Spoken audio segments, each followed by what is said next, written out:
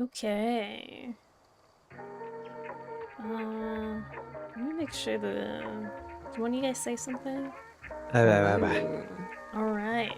Welcome, guys. We're playing PowerWash Simulator today. We're just gonna hang out and chat. There's only 3 of us, so I'm gonna put Outer in the middle of the screen to balance everything out. Okay. I was able to join, by the way, so Okay, I got nice. it.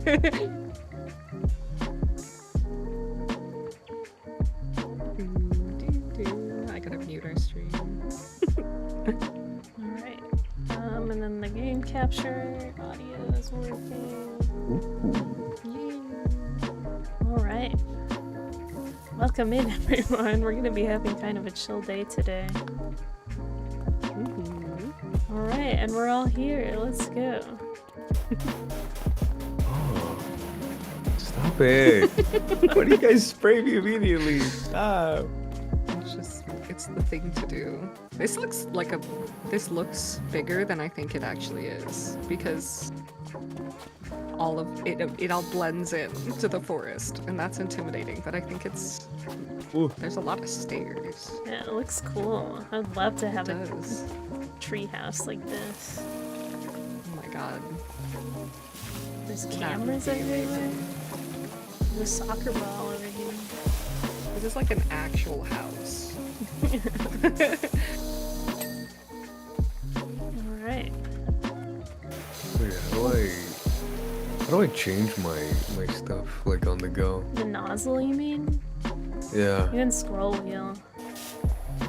Ah. And if you press 1, you can change if you hold 1, you can change the like type of gun. Oh. Oh, I see.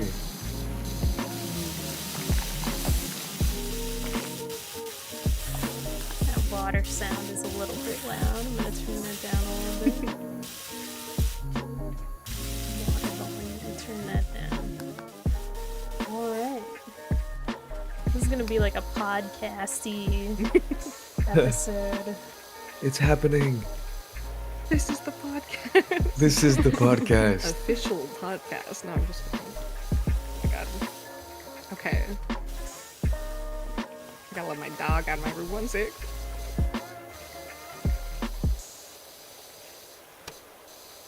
Alright, but yeah, it's been a while since I played PowerWash. I think the last time I played it was on stream. I'm gonna fall asleep.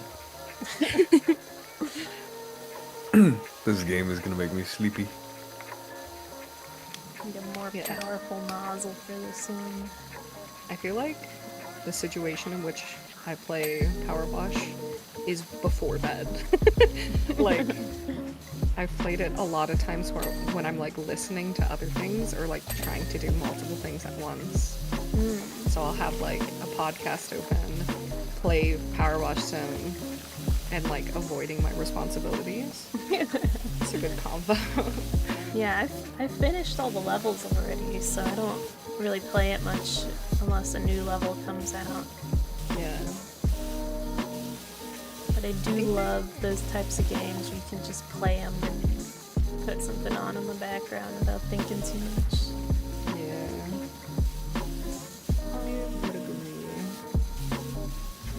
I've been doing that with the Honey Pop recently. Yeah. Oh man, seeing you play like Honey Pop has made me consider purchasing the second game. Yeah, it's pretty good. It's definitely I an like the upgrade. second game. The second game's really good. I like it. Yeah. And I think some of the characters aren't. I definitely still really like the characters, but some of them are not as good as the ones from the first game. But I would still recommend it. The gameplay is very different though. It's a little bit more...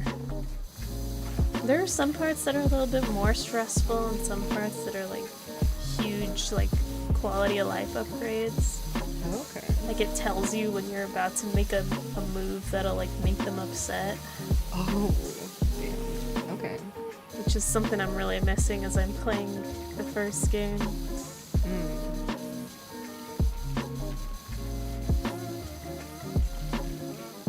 I feel like that level of strategy is like perfect for me. Like, I like playing games when there's like not so much to, when you still have to like think about stuff, but you don't have to like spend too much energy strategizing. Yeah. That's how I play Overwatch too. I was talking about this somewhere before, but I like, whenever I play Overwatch, I like characters that don't have too complex of a kit. Yeah. Or too much tech, as they say. Because I forget to use everything. It's easy to do. If there's too much going on, it's like... Or I rely too much on it, and then it just doesn't, and then I just use it right away. And before I can even think about, like, any kind of strategy with it. Yeah. That's how it is with Kiriko. Whenever I play Kiriko, I just use I either use something too much or not use something at all.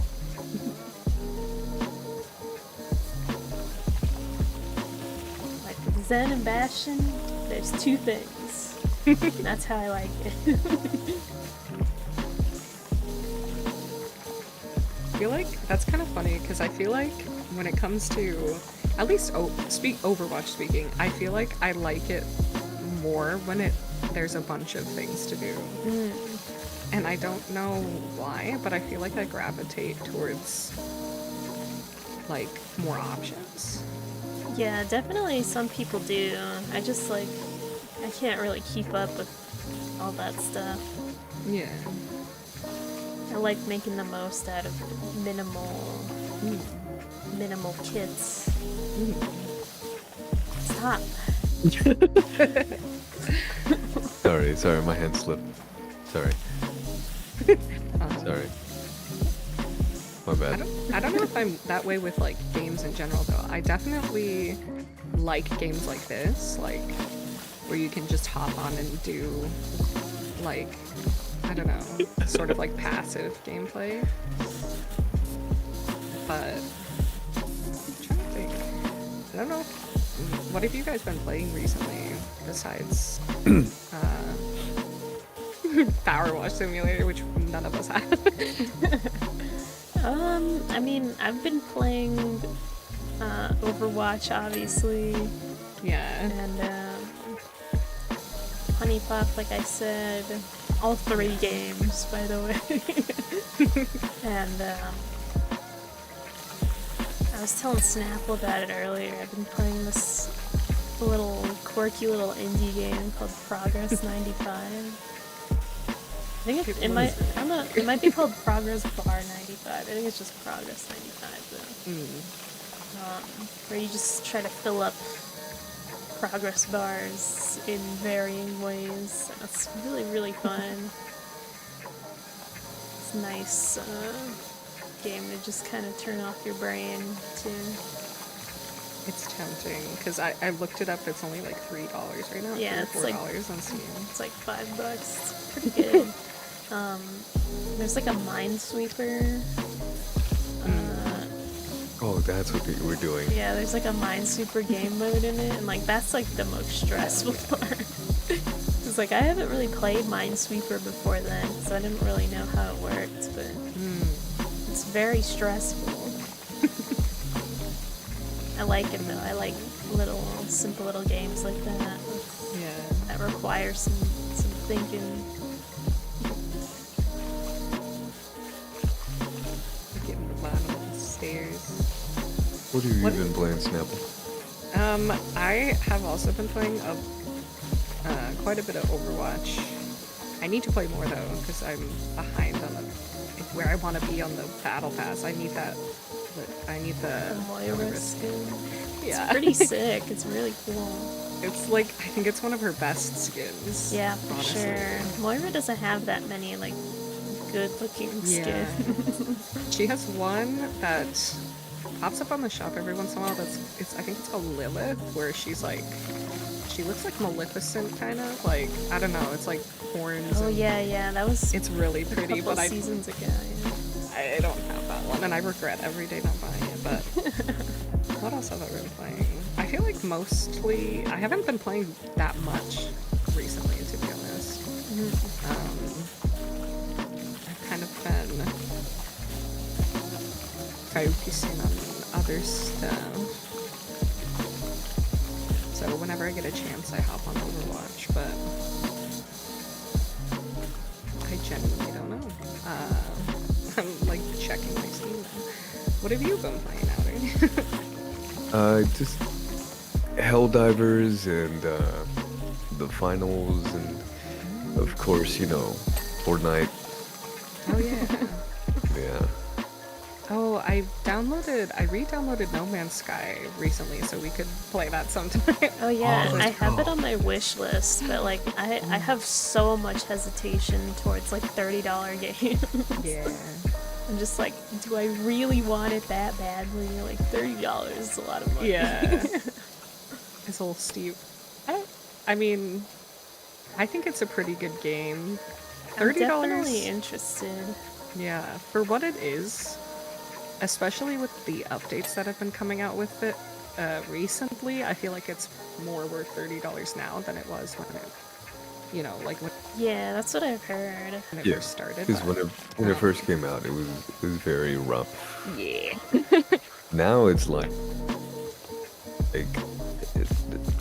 like it deserved, and it really did say, "Hey, thank you for my second chance." Like, Yeah. They've added a lot more. It's fun. It is fun with, it's one of those games too that like, I feel like you can play by yourself, but it is really fun with other people. It's a good co-op game. it's what Starfield wanted to be. Yeah, pretty much actually. It's fun. Like, you get to fly around in space, literal space, and I find it cool to where it can literally take you hours to get to another planet. Yeah, you definitely have to like upgrade your ship and things in a way that, you know, you have limitations and like goals that feel like they mean something, which is cool. At least that's what I like about the like upgrading your stuff, and whenever you find a new planet, there's there's a high chance that you're the first one to be on the planet. You can like find new species and things, and Oh, cool. there's like a pretty good base building mechanic. You can play it in Mix of a VR couple too. things. I have not played it in VR. In VR, oh my god, it's so crazy. It is awesome. Oh, Flying the ship is weird though. oh, I bet. My face is gonna go away for a second, but I took a screenshot of something recently.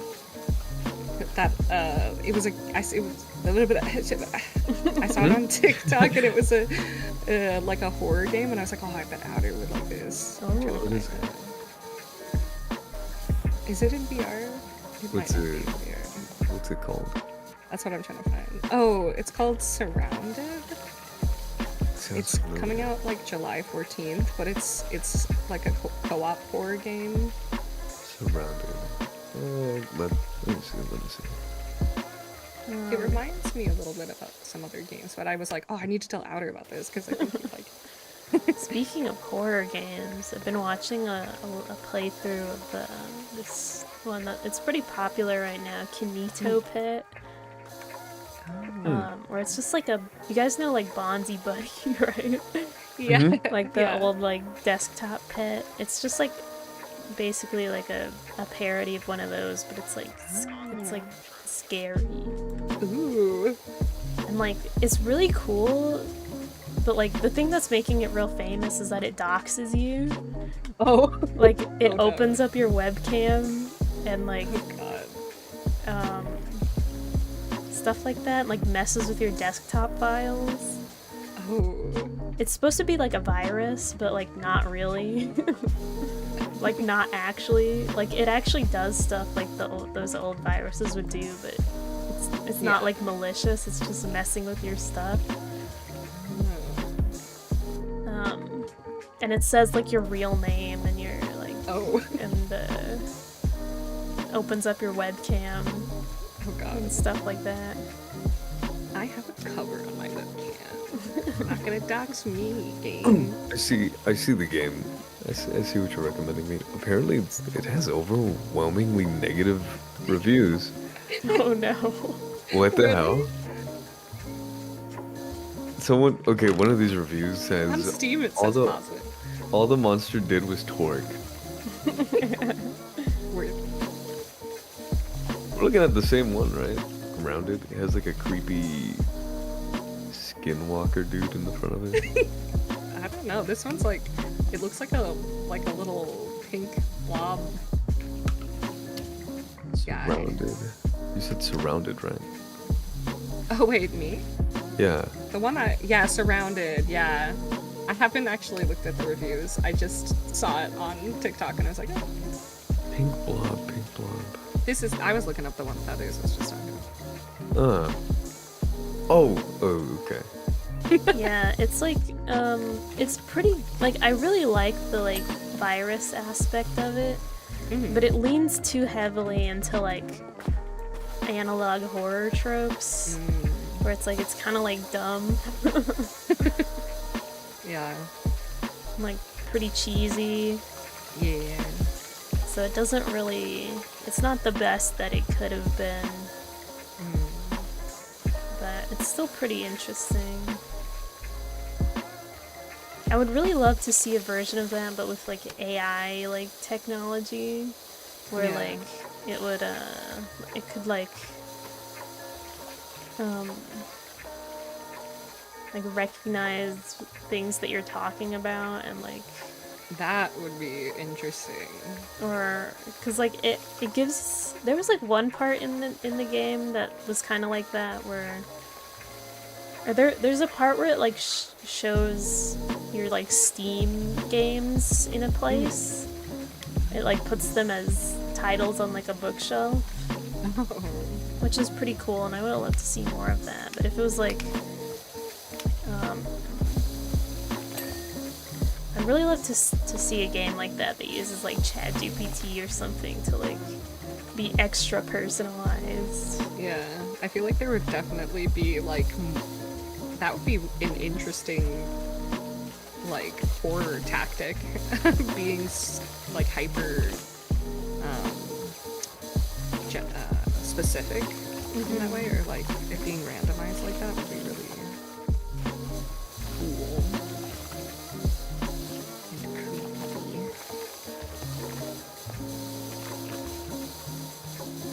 Yeah, or like if it was like with some popular games or whatever, if it could like read the files or something. Oh be yeah. Like, oh, I see you have see you've gotten all the achievements on this game or something like that. Yeah.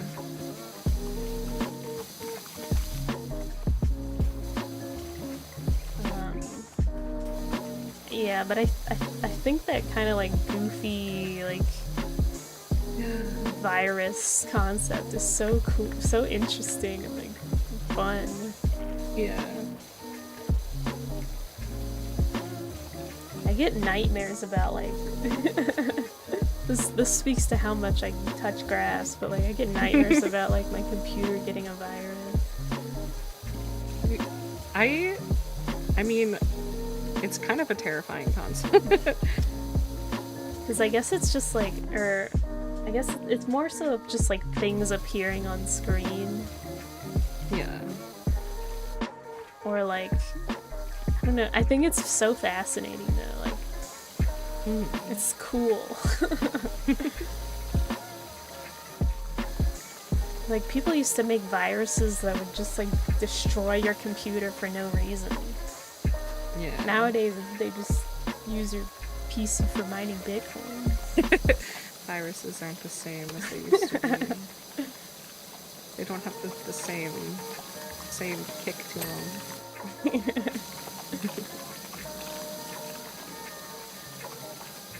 Oh my gosh. Like, why would, like, can you imagine just, like, making a virus that literally does nothing except destroy the user's computer? Like, you don't even get to see it happen. You just, it just does it. It's just for, like, pure fuckery. Yeah, destruction. Yeah. Hey, Boba. Hello, Boba. Bye.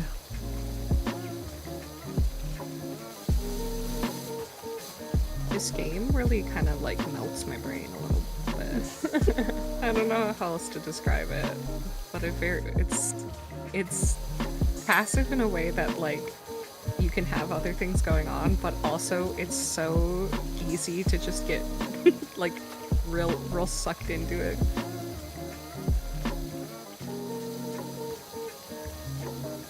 I'm a natural at this.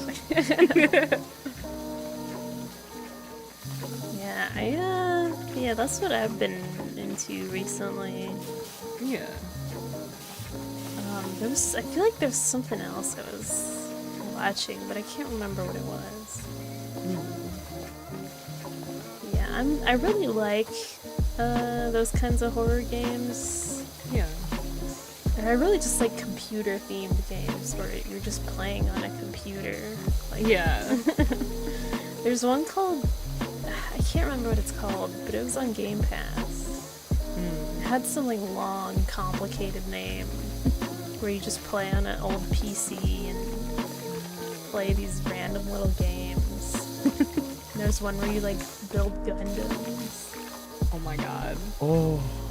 It was really cool, but I don't have a Game Pass anymore, so Man. it was cool though. You had me a Gundam.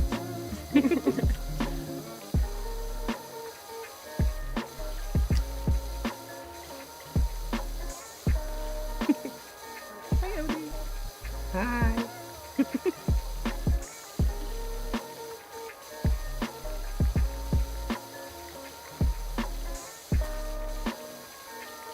Yeah, I do like multiplayer games, but I feel like they have to be like specific types, I feel. And it's not often that I have the energy for playing with big groups of people, Yeah. or just groups of people in general. I feel that. Like whenever I play Overwatch, it's usually just with like two other people.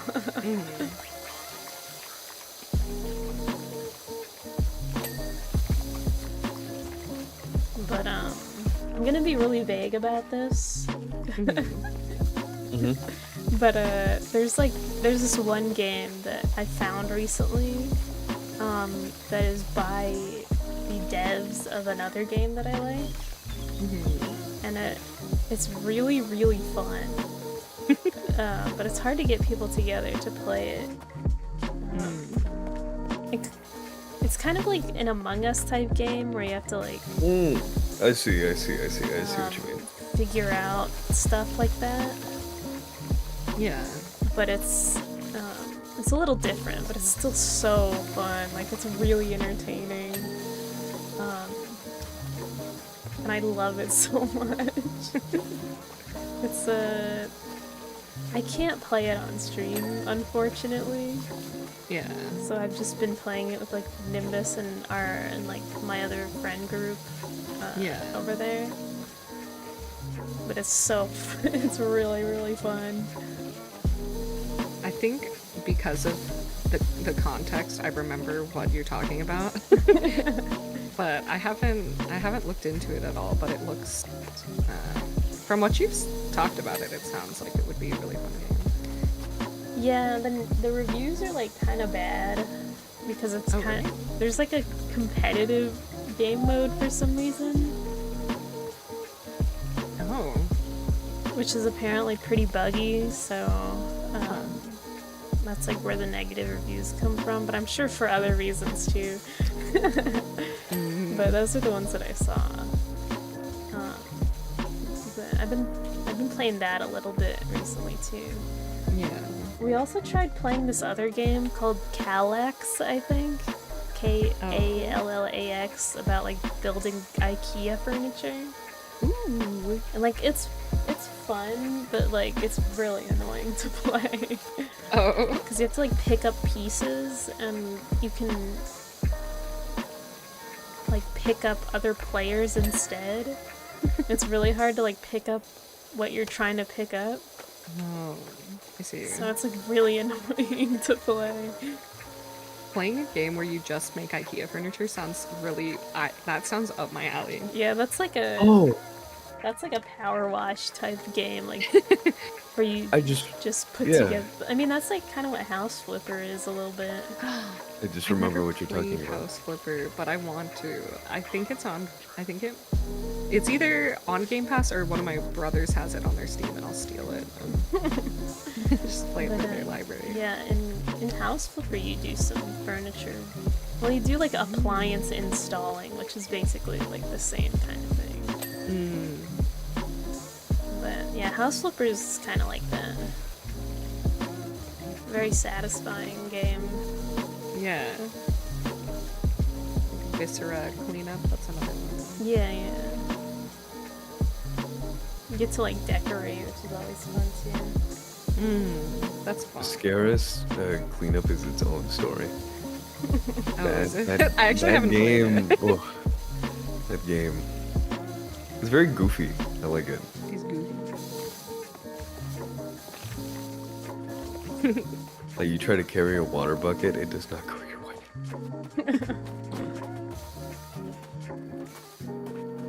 There's also like, that reminds me of like Cooking Simulator, where like you just yeah. nothing works. There's a VR version, but it's not multiplayer for like some Oh. reason. Like, That sucks. like I got it on my Quest so that I could hopefully do multiplayer, but there is no multiplayer.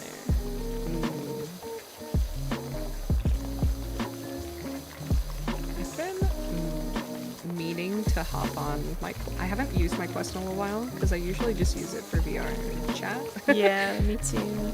But I've been meaning to hop on for VR chat for the last like month and a half because I have a bunch of worlds saved that I want to look at, but I just haven't done it. Yeah, the other day I found like an avatar that's like a customizable me, Oh, like from like a Wii.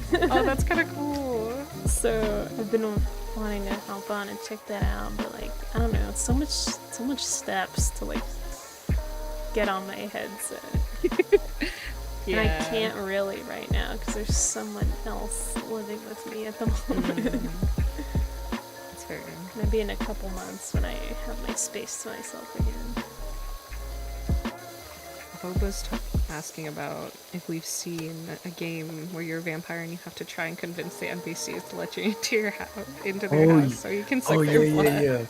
You gotta like use your actual voice, and it's like automated and generated text from whatever you say Oh, That's of the cool. character. Yeah, so you could be like, "Oh, hey, I don't mean to bother you in the middle of the night," and they'll be like, "What do you want? I don't want what you're selling. Get out of here!" And then, so you're just like, "Oh, hey, my name is like John. I like just moved down the street. I was just wondering if you wanted to go like watch a movie. You know, you just made it up." And they'll be like, "Oh yeah, sure. I would love to watch a movie. What movie's playing right now?" And you say a movie of now, and they'll be like, "That's out already? What? All right, yeah, sure, I'm down." And as soon as like they let you in the house, you like bite them on their neck, and then apparently like it's like you know the vampire rule. You gotta like let them Yeah, into your yeah. yeah. So like you gotta have them convinced to like let you in, and then you get to steal that person's clothes, and then just go to the next house. I don't think I've heard of this game. Yeah, I but haven't heard of it either. It sounds cool. It sounds entertaining. Yeah.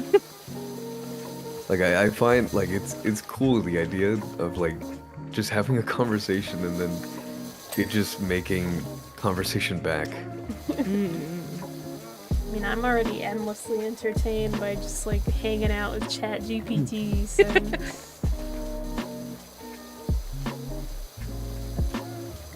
It's so.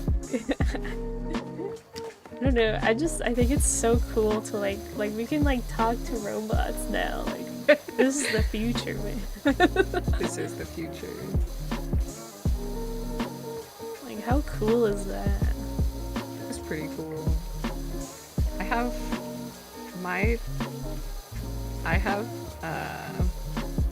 where am I going with this sentence? I was gonna say, I was gonna check my chat GPT history, because you know how it saves all your conversations? I'm trying to see what I asked it recently. It like remembers things that you say. Yeah. So I a while ago I deleted like all the extra ones and just kept like one of them so that it could like remember things that I say. I usually just ask it stuff. That's fair. Like Oh, go ahead. if I see like a cool, like an interesting concept online about something, then I'm like, oh, in simple terms, what is this? And then, or I'm like, can you please describe this for me in simple terms? It's like, certainly, this is blah blah blah blah blah. And then of course I say thank you after. Of course. Bye bye bye bye. Happy fun having crime. Go commit crime. It's a joke. It's a joke. I feel like, yeah, some of the ones that I've done recently, they're all pretty practical stuff. Like one of them, I had it help me with figuring out a character concept for a D&D game that I'm a part of.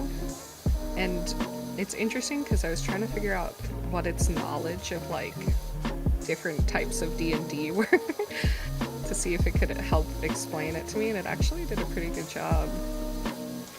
Yeah, I like, think it has like a knowledge cutoff of like time period. Yeah. And it doesn't know about like things that are super niche. But I think most things it has a decent knowledge on. Yeah. It does a pretty good job. When you get hyper specific with things, it can struggle a little bit, but it's really cool. Yeah. Hi Elf. I wish I could have the like upgraded one, but it's like it's really expensive. It's like, totally expensive. It's like $50 a month subscription or something. That's kind of crazy. For Chat GPT 4, which is like the upgraded version. Oh, what the hell? And it can like generate images in the text chat. That's like the main thing. I think it has the dolly. Yeah. Along with it, which is kind of cool, but $50. Yeah, I guess maybe if you use it for work, but I could see that. You could probably write it off on your taxes if you do use it for work.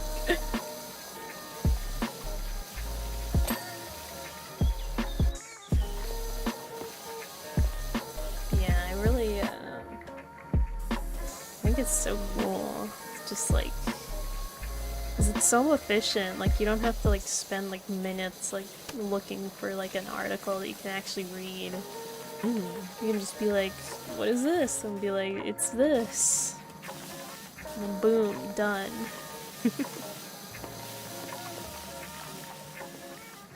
Definitely useful. I had one of what I was saying because I was trying to see what I was asking recently. I had it like put together like a breakdown of like learning a language. Oh. So it like helped me put together like a plan for like learning a language, and it's actually really like, I don't know, it's really helpful, and it's in a way that I haven't found just looking up like coursework and stuff online before. Uh-huh. So That's cool, yeah. It's really good Yeah. for that type of thing. You can even like ask it advice about like personal issues, which is like really helpful. yeah.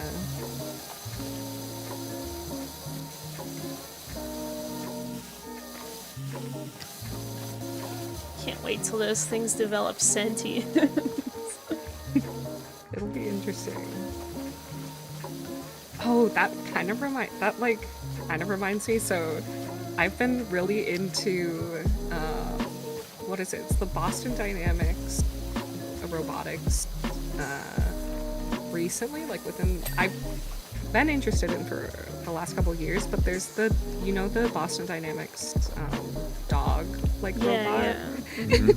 I bought this like little mini model Oh my of one. god. But it's not like cool. It's not cool or good. It was literally like, it's basically a kit that has a motor and it can like move, and that's about it. To recreate, and I didn't know if I was gonna do it on stream or anything fun like that, but it's just a mini model basically of that little creepy dog robot. It's not even creepy. It's cute. I should buy one. Let me see how much they are. The actual like functional like real robots are very expensive, but one of my I was telling myself that like maybe one day I can have one of those. It's like a life goal of mine is to have a robot like that. That'd be so cool. Yeah. So I went down like a little bit of a rabbit hole of looking at all the different humanoid type robots that are coming out. And there's this one, I think the Tesla's building, that has like a built-in AI system where it can like recognize questions that you ask and like perform tasks and things at the same time. And What? it's really interesting. If I I can don't know buy if that's one. the Tesla one or not, but I can buy one for like $600. I think if I were to get one of those, I wouldn't want it to be like humanoid. yeah. I'd want it to be like cartoon robot looking. Yeah. Yeah. Because like they have ones in Japan that have like little digital faces, I think.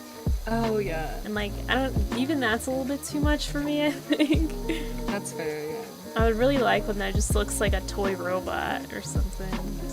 Yeah, that's kind of why I was looking into the I don't remember what its name is, but it's the dog looking one. Yeah. Those There's are one- super cool. There's one for 2400. Yeah.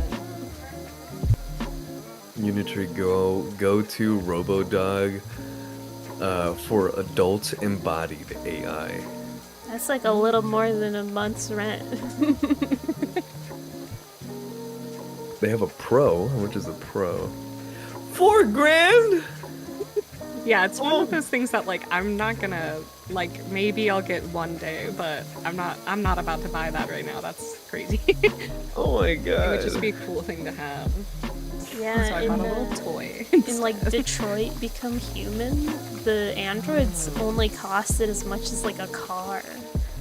Oh. Like it was kind of crazy. Like that's kind of cheap for like a literal like human like robot Yeah. like sentient creature. See, I don't think I'd ever be able to have like a Yeah, humanoid type absolutely robot. not. Yeah, That's couldn't do awful. that. That's That- too much. That's like, I don't know. That's fucked up That's in my book. Especially if they're disturbing, yeah. sentient, it's like, ooh, I mean, let think, them know. Like, but like, think about it. Think about it. It's like one, like you said, they're sentient. Yeah. Yeah. Two, they're robots, right? Which is Yeah. fine. But three, it's people. Yeah, that's the main thing is that like those are humans, bro. Like what do you kind of sus that you're buying like- that you're buying a thing that looks like a human. I don't know. I wouldn't download a human. Think about it. There's a lot of cons to it. There's a lot of cons.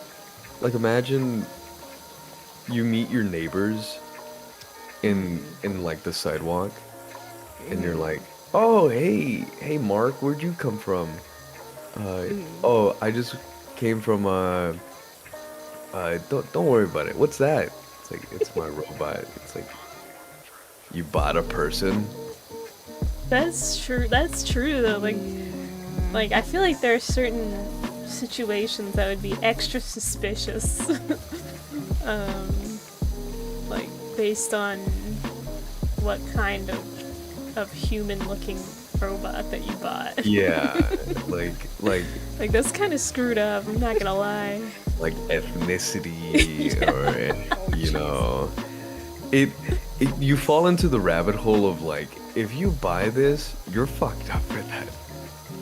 Yeah. Like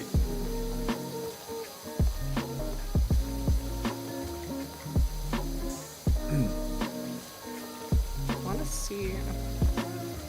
like me for instance, right? Like I'm Mexican, right? So like think about it. If I was a robot and someone bought me, it's like, oh, what are you buying them for? Oh, renovations. Like if an old white man. Yeah, like if an old white man bought me, That'd be awful. which sounds fucked up, but still, joking wise, That would raise some eyebrows. if a white man was to buy me, Understandable. or any form of person, be like, well, what are you buying them for? Renovation. That's okay. That's fucked up. Because I'm Mexican, that's why, right? I mean, that's like why I prefer just like a little, even if it's just like a little cube with like a digital face on it. Yeah. Like if it doesn't even have like a body, Yeah. then I think that would be pretty cool. I think. Yeah, that'd be pretty cool. There It'd is- be like a little Tamagotchi. Yeah, like an Alexa, but like with a face Yeah. and with a less stupid name. There is. Sorry to so- any Alexas out there. Like the video of the dude going up to his Alexa and is like, Alexa fart, and then she's like, what did you say? He's like, Alexa fart, and Those she's are like, so funny. I get endless entertainment on watching that. it's like, okay, big fart coming, and then she's like, Why is that a feature? who made Alexa? programmed? again? That's It's like Facebook. Facebook does Alexa. Dude, Mark is like into some weird shit. He's kind of freaky. Mark's into like some weird shit. Imagine him waking up one day and then he was like, okay, people, I have a brand new idea. I believe that our Alexa should fart. What? This is 10 out of 10 Zuckerberg impression. I feel- I mean- that dude's freaky. That's a robot. Yeah, Like- that's true. I don't know, dude. He's been like on a weird roll lately. He was making samurai swords not too long ago. I saw that. That shit was crazy. And then I feel like everyone was hating. Everyone was hating on the dude because they're like, rich people just be doing stuff now. It's like, dude, come on. If you had the money, you would make samurai swords too. I would too. I think the issue is that like there are better things that they could be using Oh yeah. millions of dollars for, and True, they but, actively like- choose not to. I think that's the problem. That's the big debate. Well, like samurai swords, dude.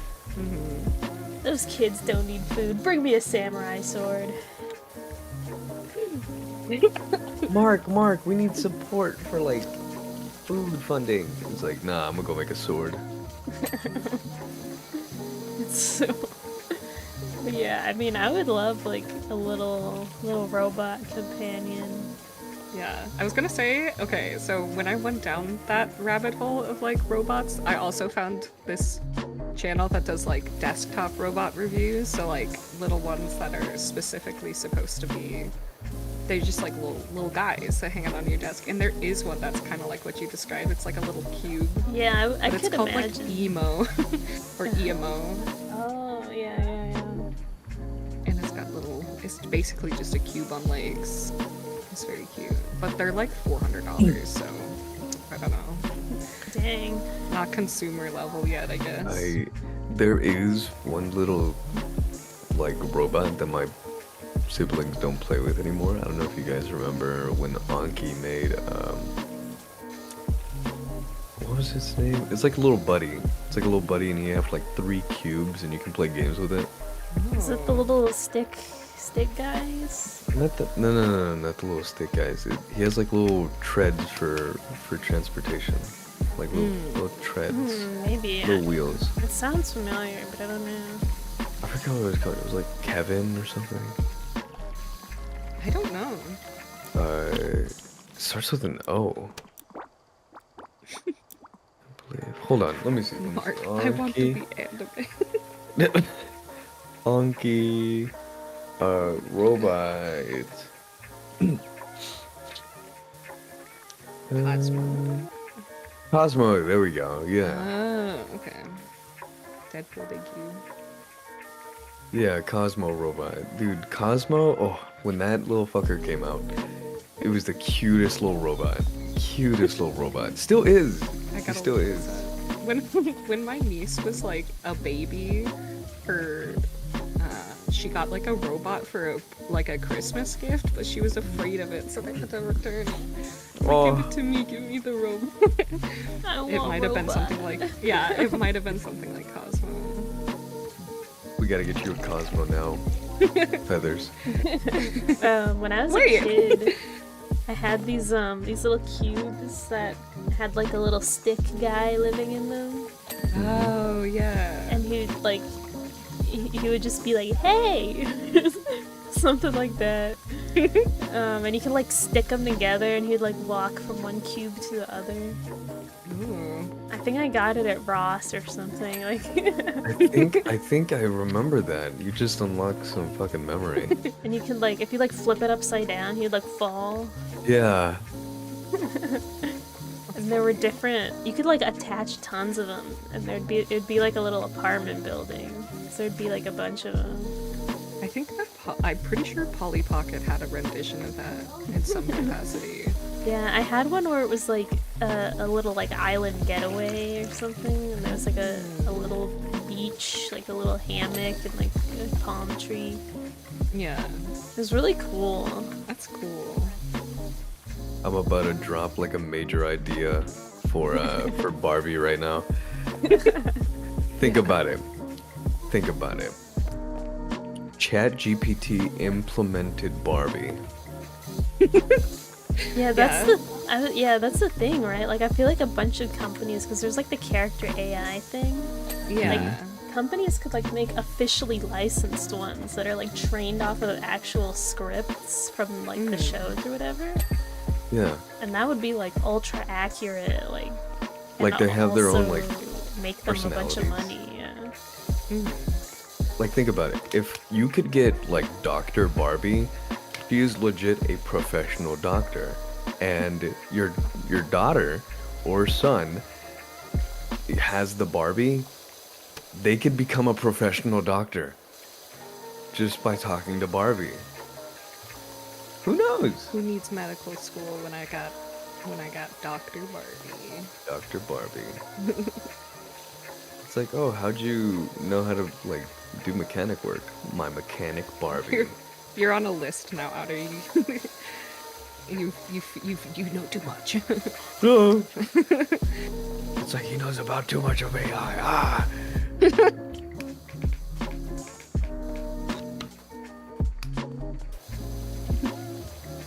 No, remember Small Soldiers? Put microchips in the Barbie. Oh, right. Oh, I forgot about that movie. You're right, you're right. It'd be cool, like, I guess you kind of mentioned the Snapple, but like little robots that can like walk around. I guess like a Roomba, but like walking on legs. Where like it would just like walk around your house, just like doing stuff. That would be cool. That would be so cute. Like it just like like if you dropped like a penny or something, like pick it up. Be like, hey, I found this. Do you want it? You gotta get your Cosmo. Cosmo does that. He like goes around your table, and if he sees a cube, he like plays with the cube. Yeah. I mean, that's not like exactly what the stuff that Boston Dynamics, I think it's what it says. is doing with the robots that they're doing. I like them particularly because they have like a whole stance on like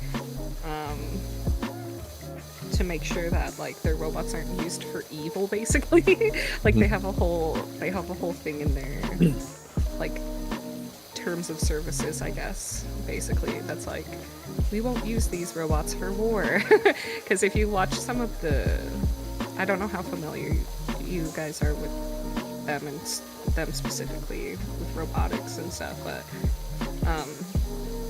they have some crazy looking, like there's like a humanoid type robot that like they're learning skills and things along with like the dog one to like be able to do search and rescue type stuff, like and being able to like pick things up and like help around with like tasks that maybe people have a hard time doing. And I think that's really, it's like like one of cool those, with yeah, the advancements in robotic stuff. it's like one of those things to where like a lot of people start to disagree and agree towards the fact on like, yes, if it did dumb down to robots taking specific jobs, not all jobs, but specific jobs, dangerous ones, then what's the harm in that? You get what I mean? Like, I would rather for people to be safe than for someone to never go home again. You get what I mean? Like to lose, like firefighters, or like hostage situations. Like I would rather it be a robot than an actual person. But we're so far from that you know it's not possible yet. But still, like the idea of it is like I would rather for someone to go home and see their family.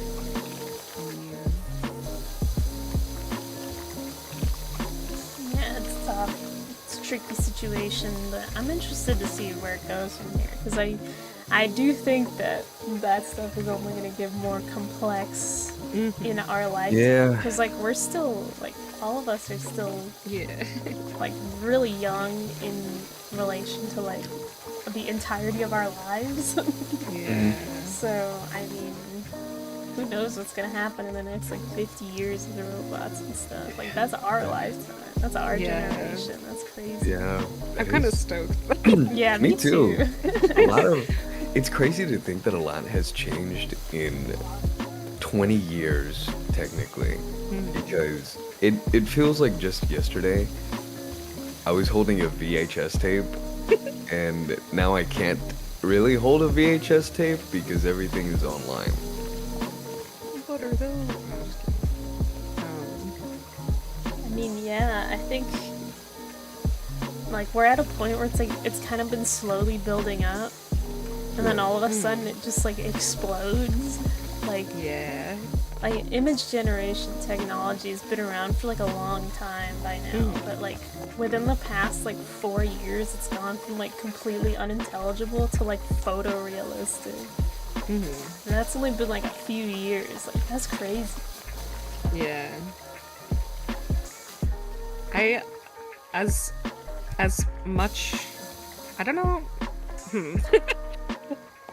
on the same topic is like, kind of like what Outer was getting into is like, it's sort of hard to talk about / like, there's a lot, I feel like, to be debated about, like, the future of that sort of thing. And it's, I'm genuinely just interested to see what comes of, like, everything, like we were sort of all saying. But I think something that's interesting, I don't know how much, I mean, like, again, I don't know how much we want to get into it, but something that I think is interesting is, like, media portrayal of, like, of things like advancements in technology and, like, AI and stuff. Because I feel like media has a really big influence over, like, how people think of it's like a self-fulfilling prophecy. Yeah. Because, like, you know, like, for example, like the immediate thing that comes to mind is 2001. Yeah. Where it's like, this is what an evil AI looks like. And then people are gonna be like, okay, AI, that's what AI is. Yeah. I have a completely unrelated idea for my own AI. You know? Yeah. Like, this idea that is totally unrelated to anything I've ever watched is gonna be how my new AI is, you know? Yeah. And then it becomes like a self-fulfilling prophecy. Like, it's so crazy. It is. It's interesting. Have you have you guys ever seen the Matrix movies? I haven't seen it in full, but I know like general I stuff feel about like it. I feel like you would like the Matrix Feathers. I think it's interesting because like there was a not a remake but like a reboot which was like a little bit shitty of Go like watch it. oh well I mean okay I feel like it's maybe worth a watch because this is where I was going with the conversation with like media portrayal of different things like AI and like the newest one is kind of shitty compared to the new one, but it's like the way that it portrays robots I think is really interesting because if you watch the original Matrix, which came out in either the early 2000s or like 90s, their stance on like how the robots take over like people is like real different from what they say in the newer one. Like the narrative that they shift to in the newer ones are like robots are our friends and they're like petting the robot in one scene and I'm like, whoa, this is crazy. Like the way that how generationally it was different because of how afraid of like technology people were. Yeah. So I do think the newer one is worth a watch, but it's kind of shit compared to the older ones. But it is interesting that specific point of like how they treat the technology and like the robots and things. It's very distinct in my opinion of how they're like nice to them now, and I'm like, whoa. Robots aren't evil overlord taking over, going to kill everybody. I think it's really interesting how, like, on a similar note, I think it's really interesting how they like handle robots in the Overwatch universe. Because as far as we know, there's never been like in-universe, there's never been like a pushback against the concept of robots. Like there was never like the Omnic. Okay, I'm a nerd for the Overwatch lore. No, it's okay. So I might talk about things that you don't know about. It's okay. But like the Omnic crisis like wasn't about the fact that there were Omnics.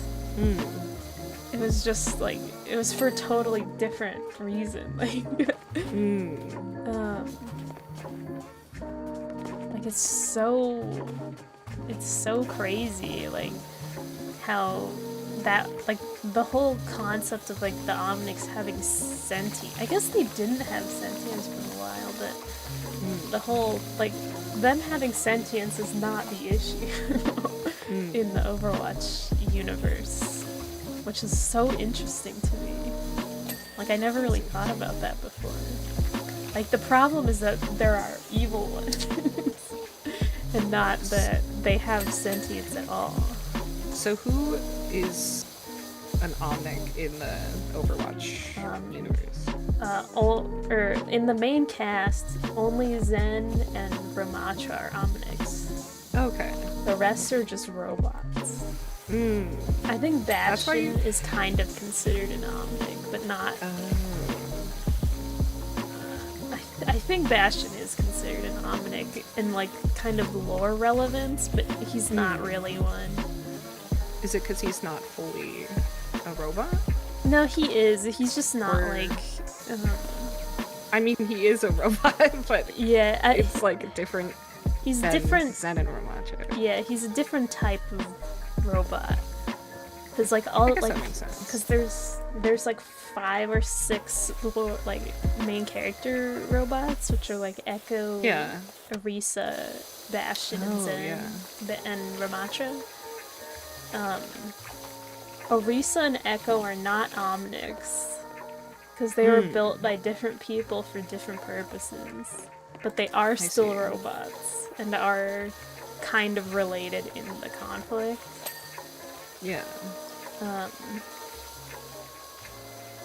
But Zen and Ram are like direct representations of the crisis, of like that lore point. I see. Arisa is like completely unrelated to everything, and I don't know if this is true, but I've heard that Arisa doesn't actually have sentience. She just acts like it. Oh. Kind of Wow. like how ChatGPT is, I guess, where it's like Yeah. it just kind of says things that would insinuate that it has consciousness, but it's just kind of repeating things. Or it's just kind of saying it's just kind of saying things. It's not actually thinking like feeling things. Yeah. I think that's how Arisa is, but I don't know if that's true. Like, Yeah. I heard that somewhere. So I don't know if it's actually real, like, actually said in the lore, or if that's just speculation. Yeah. But like, all the other ones have. I think Echo might be the same way too. Echo is more obviously that way. Yeah. But Ram and Zen and Bastion definitely have feelings and stuff. Yeah. That is interesting. It's something that I never really thought about too much because I haven't ever gotten into Overwatch lore.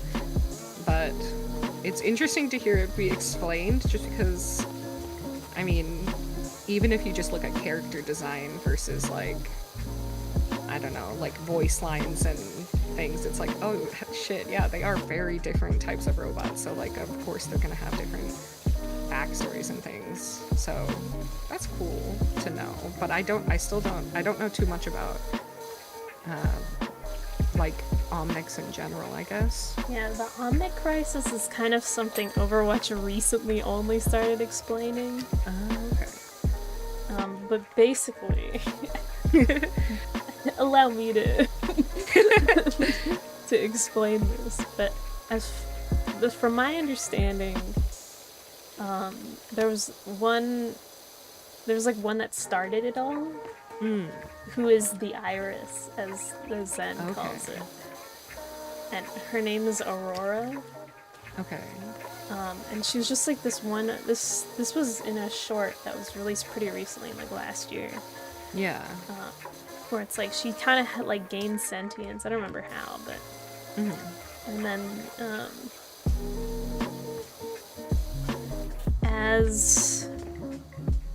and this was like either right before or like during, like right at the beginning of the Omnic crisis.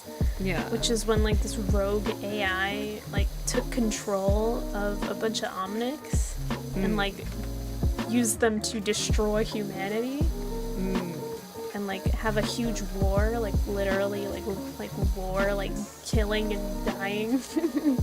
Yeah. And I think this happened after this, but Aurora, like, essentially, I don't think they explain exactly how it happened, but like essentially she like gave her life so that like all other Omnics could gain sentience. Yeah. Which is why she's like a religious figure.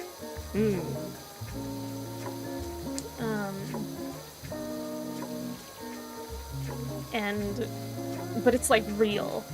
It's like not just a religion, it's like real, I think. Yeah. In universe. And that's why Omnics have sentience. Okay. And so that whole thing happened, and like that's like where Bastion comes in, because he was like one of those like war machines, and Ramatra was as well. Yeah. That was like supposed to be like used for like killing and destruction. I don't know if Bastion counts as an Omnic, but he's still like plot significant. in that regard. And then, I believe, I don't know the order of the events, I just know things that happened during, like, around the same time period. But, the war, like, ended, I think. And then,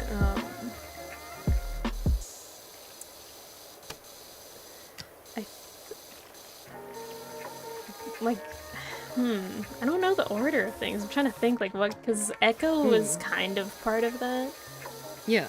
Like, Echo was made to kind of help fight against the Omnic crisis. Okay. Something like that. And then recently, and then the events that are going on in the game right now are like Omnic Crisis 2. Like, okay.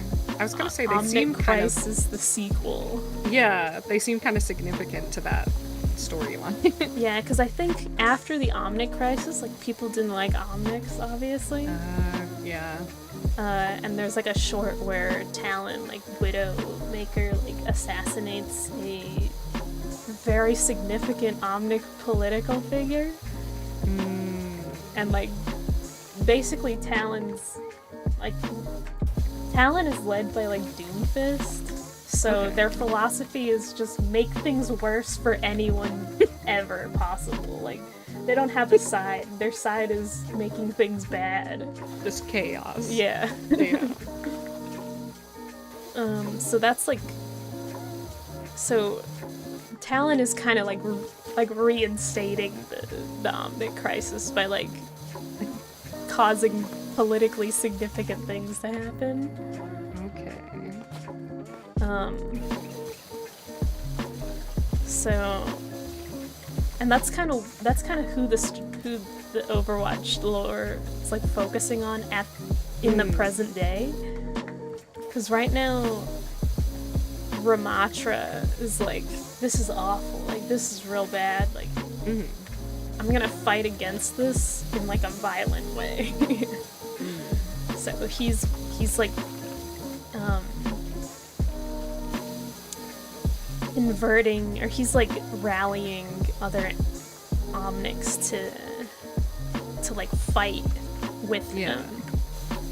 So wait, so Zenyatta, right? He's or she is about peace, right? Zenyatta is a he, yeah. Okay, But not exactly. It's not that black and white. Because Zen is like... Zen and Ramatra believe in the same thing. They just have different ways of approaching it. So, Zen peaceful and Ramatra violent. Yeah, kind of. There's a conflict where it's like you have Mondada, which is the guy that got assassinated, who is like, whose philosophy is like, we need to like talk to them, like go on like mission trips or whatever they're called, and talk to the humans about this. Yeah. But that philosophy is something that both Ram and Zen do not agree with. So, like, that's like true pacifists. Yeah. And Ram and Zen are not true pacifists. So, like, they both left, like, the Omnic monk group. I forgot. There's like the monastery. Yeah. Because they both don't agree with that, which is something that I feel like people overlook about Zen, is that he's not actually like a true pacifist. Yeah. I don't remember exactly, because I think it is said what he does want to do, but I don't remember what it was. But Zen and Ram are like really close. Like they're not enemies, even though they believe in doing things in different ways.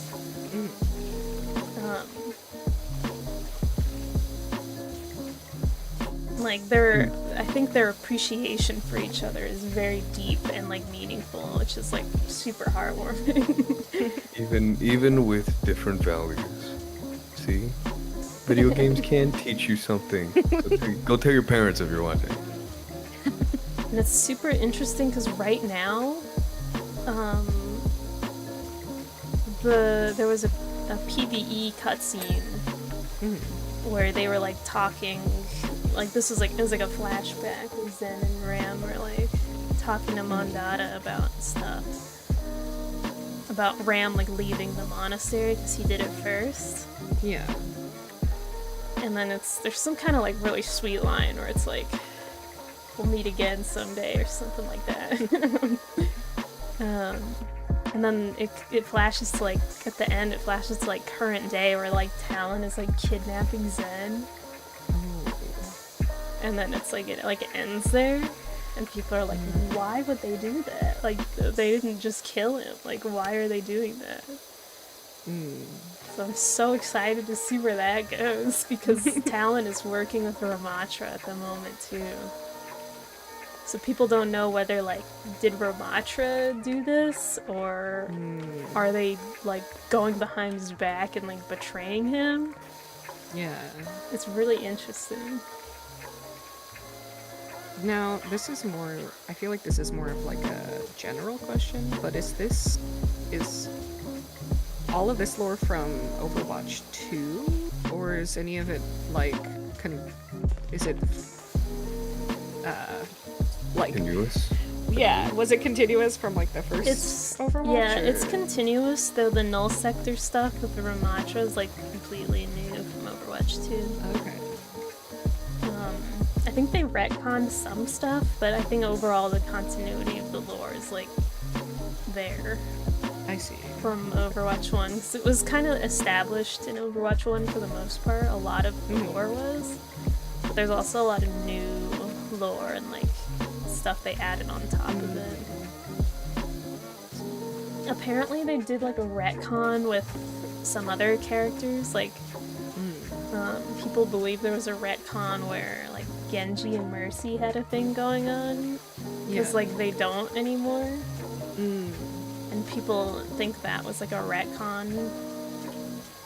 And like I think it might have been. I really don't know. I haven't looked into it because I don't care. But that's like an example. Okay. I don't know. Genji Mercy kind of boring, not gonna lie. Damn. I hate stuff like that where it's like there's a guy and a girl, so they have to be in love. Like that's the rule. Like that's so boring, dude. But yeah, I mean, I'm much more interested in the Omnic stuff. Yeah. I don't blame you. I mean, it sounds like it sounds like it's like really in depth. Yeah, I was gonna, on the relationship thing, that where you were like, boy girl have to date. There's a similar subject like that caught me off guard. It's in the Legend of Korra, a completely different topic from the in the Avatar. So in the Legend of Korra, I don't want to spoil it, but all I have to say is that she dates the same sex, but I won't say who, if you're interested in wanting to find out. That shit caught me off guard. I was like, no way! I was like, she likes girls! That's awesome! You know? I mean, yeah, I guess maybe for the time too, because I feel like Legends of Korra came out. Well, I don't know when Legends of Korra came out. Legends of Korra came out like 2018, I think. Oh, okay. I think. Yeah. I'm not wrong. But I feel like I kind of got that hint from the start. She's very, I don't know how to explain, tomboyish? I think that's the right way. She's very tomboyish. I think it's really, really like awesome when media has like real meaningful relationships. Yeah. That's something that I really like about Overwatch too, is that like aside, like they really don't focus on like romantic relationships at all, which I really am a fan of. Yeah. Like Zen and Ram's relationship is really ambiguous. Because they're obviously really close, and that's kind of all that matters in their like lore. Like it's unclear whether they think of each other as just like friends or siblings, or like if they're related, or Yeah. I guess because they aren't, but like whether they feel like they are, or whether they just call because like they call each other brother, right? Because they're both monks. But people don't know if that's like just because of that reason, or if they actually like feel that they are like family. Yeah. So, but like either way, like their relationship is real deep and meaningful, which I think is really, really refreshing, because I feel like you don't see that in media a lot. Yeah. Having just relationships being a focus rather than it being romantic. Yeah, it's also with like they have this really interesting dynamic with like Genji and Hanzo, where there's like development with their like relationship. Like I was listening to voice lines from Overwatch 1, and they like hate each other, you know, like obviously they would, because like Hanzo like basically murdered Genji. And they have like drastically different values, and like they were super mean to each other in Overwatch 1, but in Overwatch 2 they're kind of like mending a little bit, which is like really, really cool. Like it's so interesting to see that. Like Hanzo like voiced some kind of like emo thought, and then Genji's like, it'll get better or something like that. Like Genji's like kind of, it's like Genji like understands a little bit better like why he did that, and Hanzo is like super obviously like regretting it like every waking moment. And it's really cool to see that depth of like storytelling in anything. Yeah.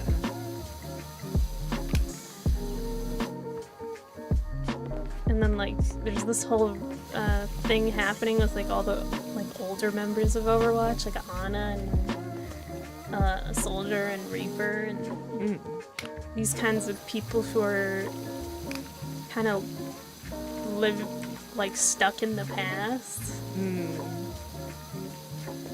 And they have this like dynamic with each other that's so interesting. It's so cool to see that kind of thing.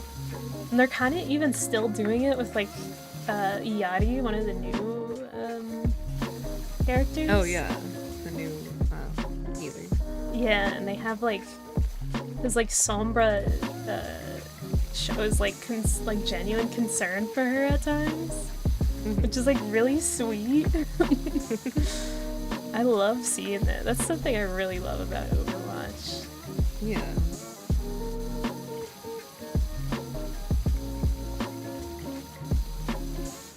Like, wow, how awesome. Like, there's almost no focus on romantic relationships at all. Other than, like, some characters being, like, super flirty. Yeah. Or, like, making jokes or something. Or, like, little kind of remarks. Because people think they're really trying to push Pharah Mercy as, like, a pairing. And they kind of are, but, like... I can see it now. Percy. Well, their nickname, their ship name, I guess, is Pharmacy.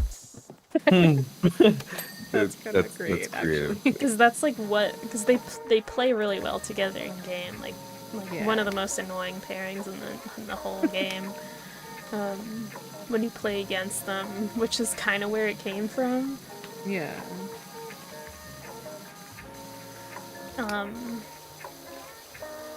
So people are kind of There's a whole, like, shipping war going on about that. But, like, they don't really put any lore significance on that. And with the inclusion of Kiriko being just existing, they're kind of screwing up the lore a little bit, but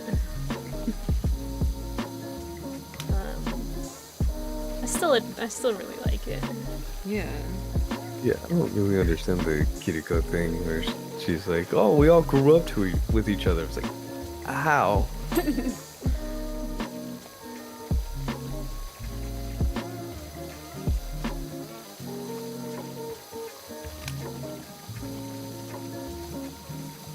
Yeah, I mean, there's so much that I really love about Overwatch, like, aside from just playing it. I feel like it's such a great game, like, and the story's really good, the characters are, like, super likable. I feel like every time I listen to you talk about lore, it makes me appreciate the game a little bit more. I have, Damn, like, I didn't know that. an affliction where, like, I take all media seriously. Yeah. So, like, I always, like, analyze it and, like, get interested in the lore and, like, treat it as, like, a piece of fine art instead of just, like, dumb entertainment. Yeah. It's the same thing with lore and Helldivers, that you don't really get to pay attention to it because there's so much going on. You know, you're always continuously fighting. And when it comes to Helldiver lore, you tend to realize that it's fucked up, really. Because you're technically, and no, this is not treason, if those Helldivers are watching, that apparently Super Earth is not quote-unquote Super Earth, it's just Super America. So like the bugs that we're fighting are technically mistakes that humans did. So they mutated due to the fault of, you know, scientists and all that. And with that, the Helldivers have to cover it up. So technically, we're fighting to stop spreading, like, misinformation, quote unquote, but it's actually true information. So it's... Hold on, give me a second. My bad, my dad came, like, walked in. But it's pretty good lore. I really enjoy it, where it's just like, oh, like, I'm dying. Because, like, in Helldivers, like, if you die for a reason, protecting your world. It's like, but in realistically in the game, they don't give a fuck about you. I mean, that's just how it is in real life. I was gonna say, that sounds pretty realistic. Damn. Yeah, you're right. You're right. But still, like, it's fucked up. Like, it's insane. I've heard that, yeah, the lore it's pretty heavy in Helldivers. Just something that made me interested in the game. It's just kind of expensive to get it, so I haven't bought it yet, but I've been meaning to watch, like, some gameplay of it, because I saw there was, like, in-game, like, I don't know, like, people are taking the lore so seriously. Yeah, I love it. And I'm like, oh, it piqued my interest a little bit. It's such an amazing game to where, like, it puts it in your head to where PvP doesn't need to be in every fucking game. Yeah. I wish it wasn't. Like, I wish freaking Dark and Darker didn't have PvP. That would make the game so much more enjoyable for me. True. I wish Dark and Darker was more like a dungeon crawler rather than it being like a PvPvE.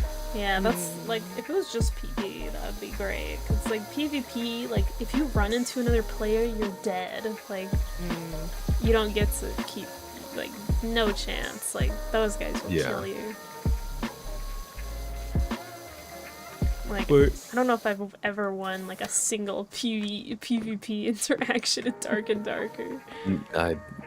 Once, but then I got fucked by a Viking with an axe, so. It's always the brutes. It's always the brutes. But lore in video games, it's a hit or miss. It's always a hit or miss. Yeah, I think a lot of video games kind of don't have it. Or it's like too complicated, but like sometimes there's like a perfect amount. Like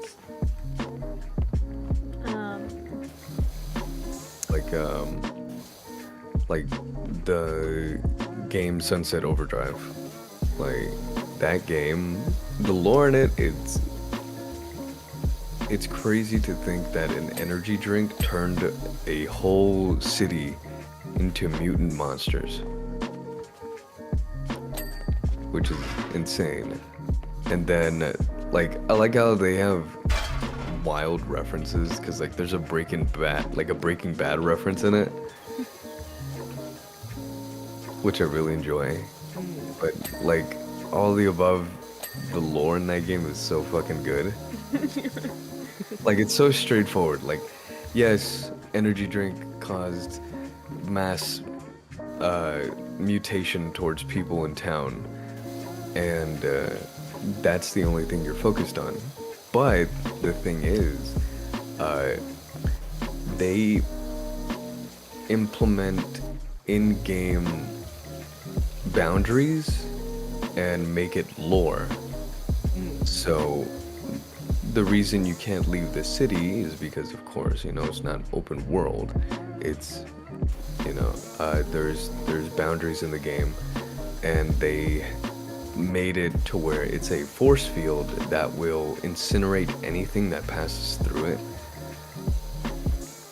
So, like, there's a lot of key details in the game that, like, one, they put the shield up on the city because they're not trying to let the secret of the energy drink mutating you get out.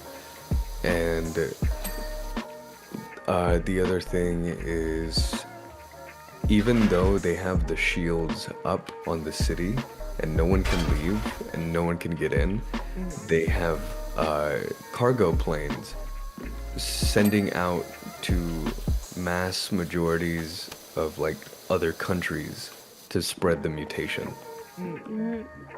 Yeah, so, like, I just pray that one day we get a second game, because I would love to see how they continue that lore on, like, worldwide mutational, I guess, quote-unquote genocide. But overall, I love the game. If you haven't played Sunset Overdrive, I highly recommend it. I've not played it before, but it's one of those that you've mentioned and in the past, and I'm like, oh, I should look into that. It's very underrated, sadly. It looks, yeah. I stopped my sentence. Sorry. No, it's all good. But for it was only Xbox exclusive, if I remember correctly, and it didn't get that many sales. So not that many people knew about it, but it is a 12 out of 10 fantastic game. It was ahead of its time. Yeah, continuing the topic of lore-heavy games, that's like one of the major things that I really enjoy Five Nights at Freddy's for. Oh, yes. Don't even get me started. But, like, I can't stand Security Breach, because I think in Security Breach, like, it just kind of stops being serious, like, and it's just like, okay, well. We don't really talk about Security Like, we had, Breach. like, a really good ending in, like, FNAF 7, and then Security Breach is, like, they're cute now. And it's like, okay. Yeah, We're done they here. they should have ended it to where, like, Henry gave that awesome ass speech,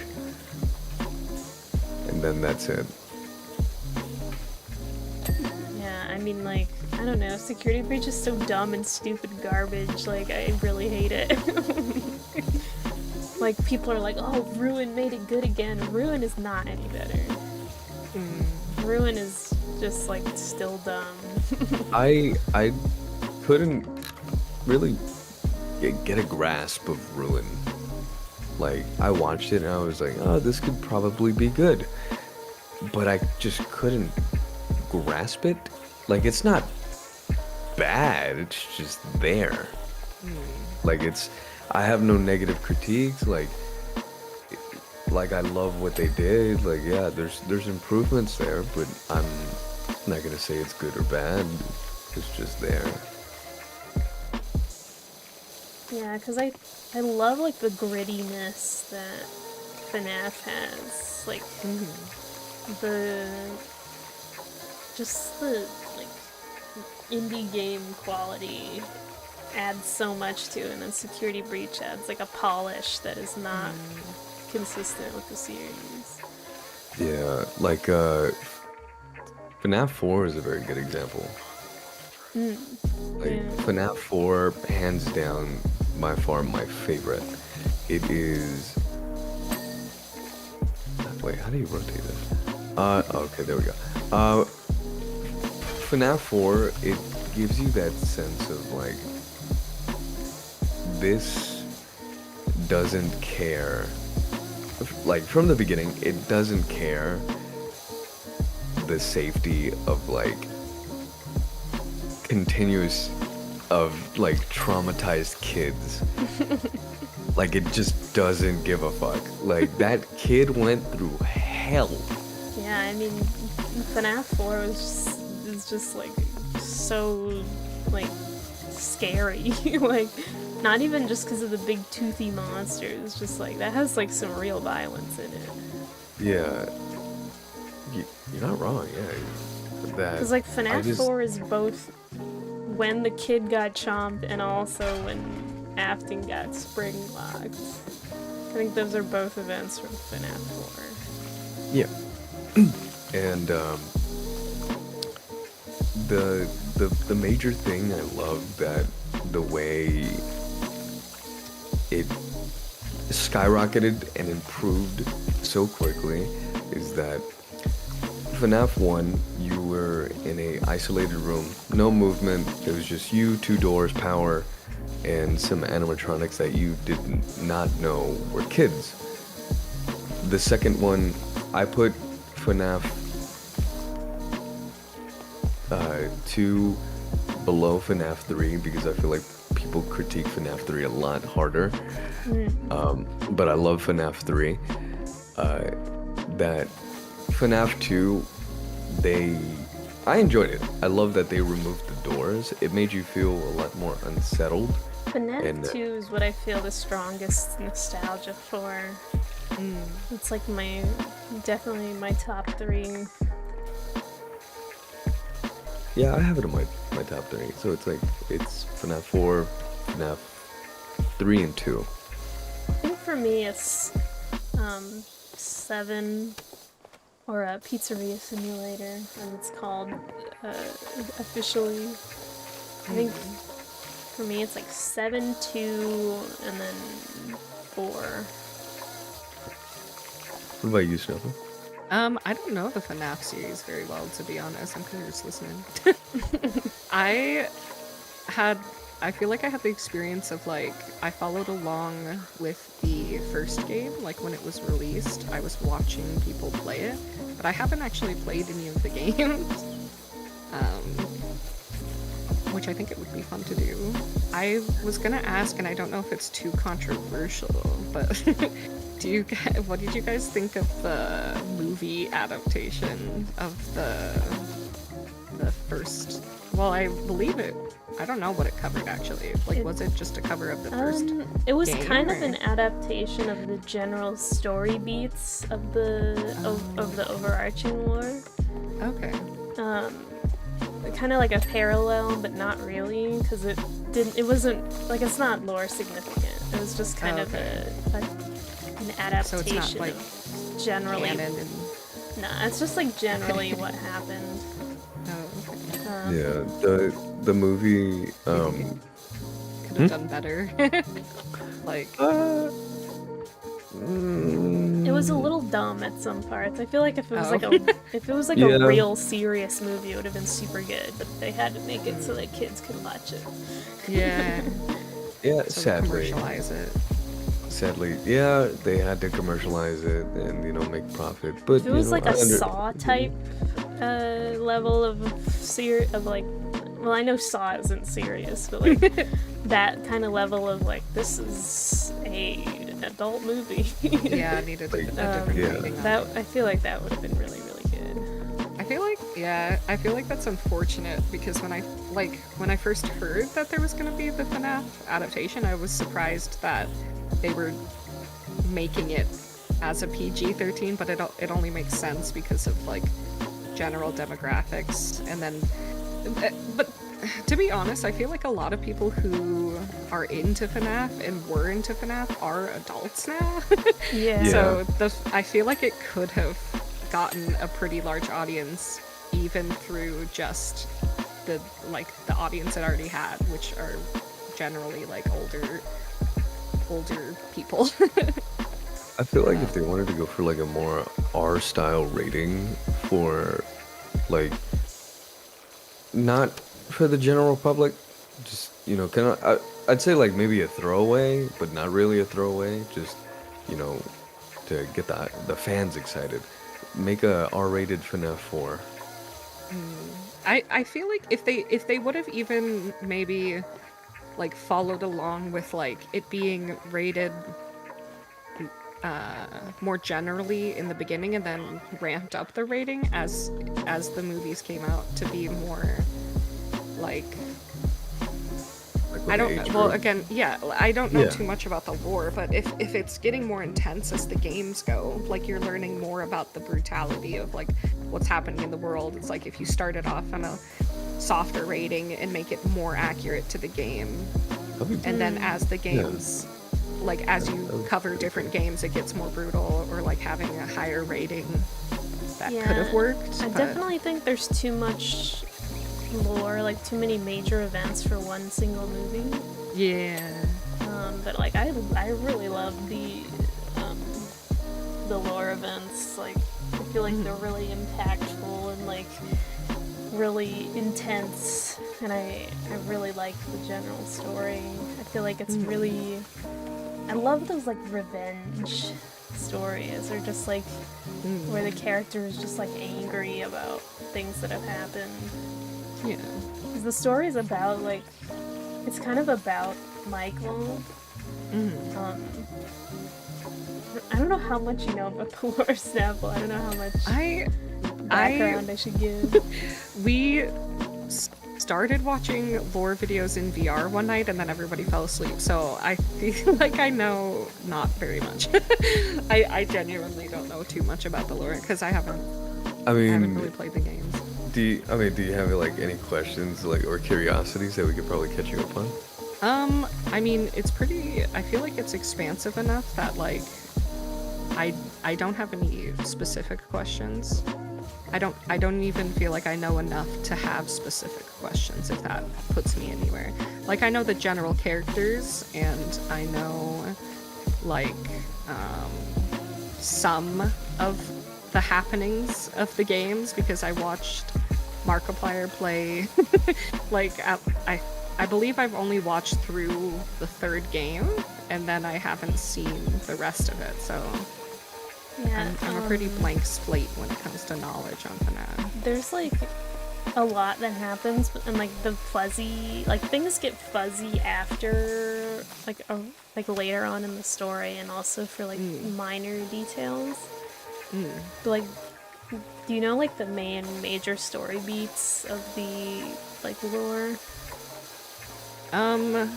Like the children being the souls are in the the robots, I think. Yeah, that's just like of the a children. general fact of the universe.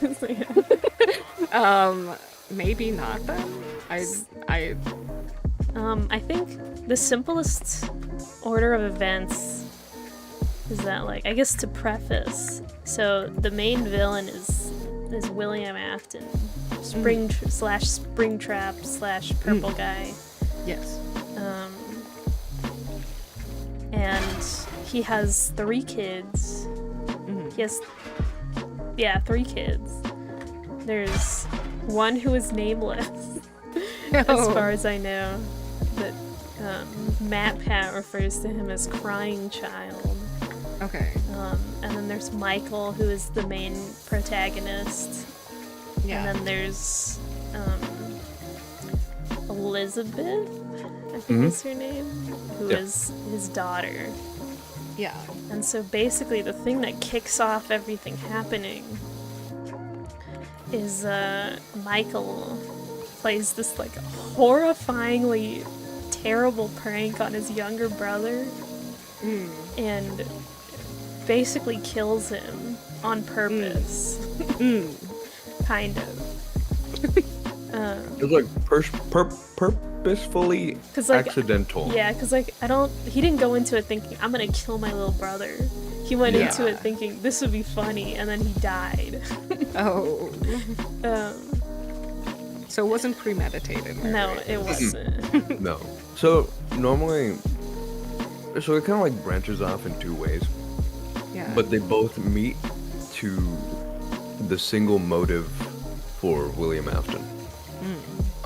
That Michael, William's son, after he accidentally, purposefully killed his brother, after he put, he put his head in Golden Freddy's mouth, he said chomp, and brother died. So then Dad got upset at Michael and started neglecting him and didn't care about him anymore because, of course, you know, his kid fucking died and it was his fault. Yeah, and like And- at this time, he's like, as he's neglecting Michael, he kind of places a bigger importance on his daughter. Yeah. Starts kind of paying it, I think he values her a little bit more at this point. And so, after he starts like caring more about Elizabeth and Michael starts becoming, I guess, more understanding that his father doesn't care about him, then I think it's Elizabeth dies next. that happens a lot later. Really? But because Because so- that's the next motive. Because after that his son happened, died, but that happens like after because that baby is like Afton Robotics, which comes after the whole thing with Henry, I think. because is it because the puppet was made when his daughter died and he didn't get spring locked then? Puppet is Henry's daughter. Yeah, that's why. William kills Henry's daughter because his daughter died to their robot. Really? I thought it was just because. I guess I don't know. That's like one of the details that I feel is not explained in like words.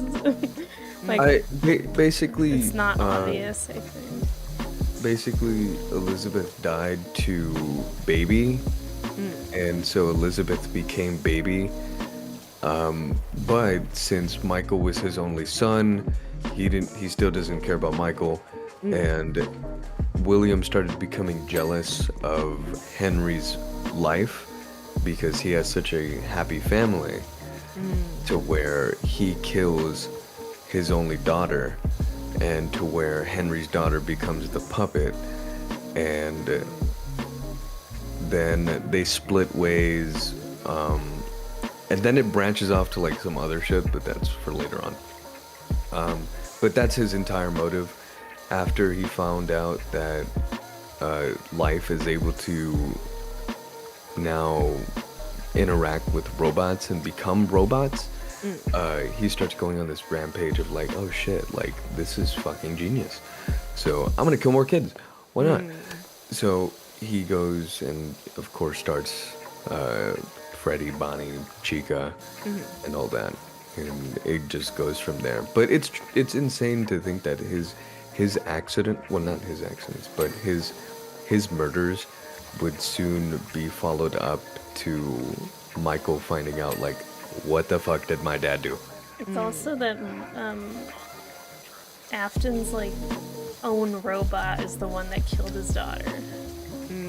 Like the one that he built himself killed his own kid. Yeah. Which is like a huge catalyst, I think. And so like Afton has one kid now, and it's Michael. And like I think Michael's like working age now, and so he just devotes his entire life to like chasing after his like father and like finding him. And then like at one point Afton's like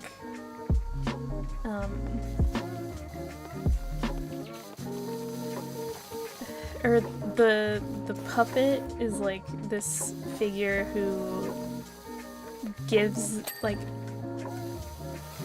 the souls the ability to possess the robots. And then this comes back and like, and so there's this bit where Afton is like being harassed by the souls, and he gets into like the spring trap suit to like scare them off. Kind of like what happens in the movie. And then the spring trap suit kills him, but not really.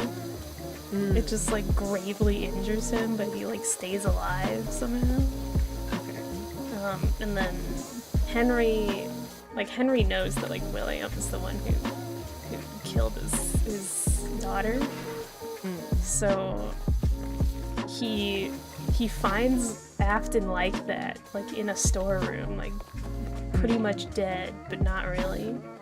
And then Henry like locks him in there and leaves him to die. Like seals off that room. And then that's like, and then in FNAF 3, they like people find it and like think he's just like an old gross suit. And that's how he like escapes that situation. So he's like, he is Springtrap now. So he's just like this gross like corpse in like a disgusting old like bunny suit. God. But he's like out of containment now. And then this and then a whole, this is like where things really get crazy. He's still pissed off at his son after all those years. And so at this point Michael is working at that establishment where they found him. And so Michael knows it's him, so he like burns the building down. But they both survive it. And then FNAF 4 is just kind of like explaining past events, I think. I don't think there's any like continuous lore in that one. It just clarifies what happened in the past. You play as Michael's brother, if I'm not wrong. And then 5 is sister location? Yes. 5 is when you find out that there is a facility below the Afton house.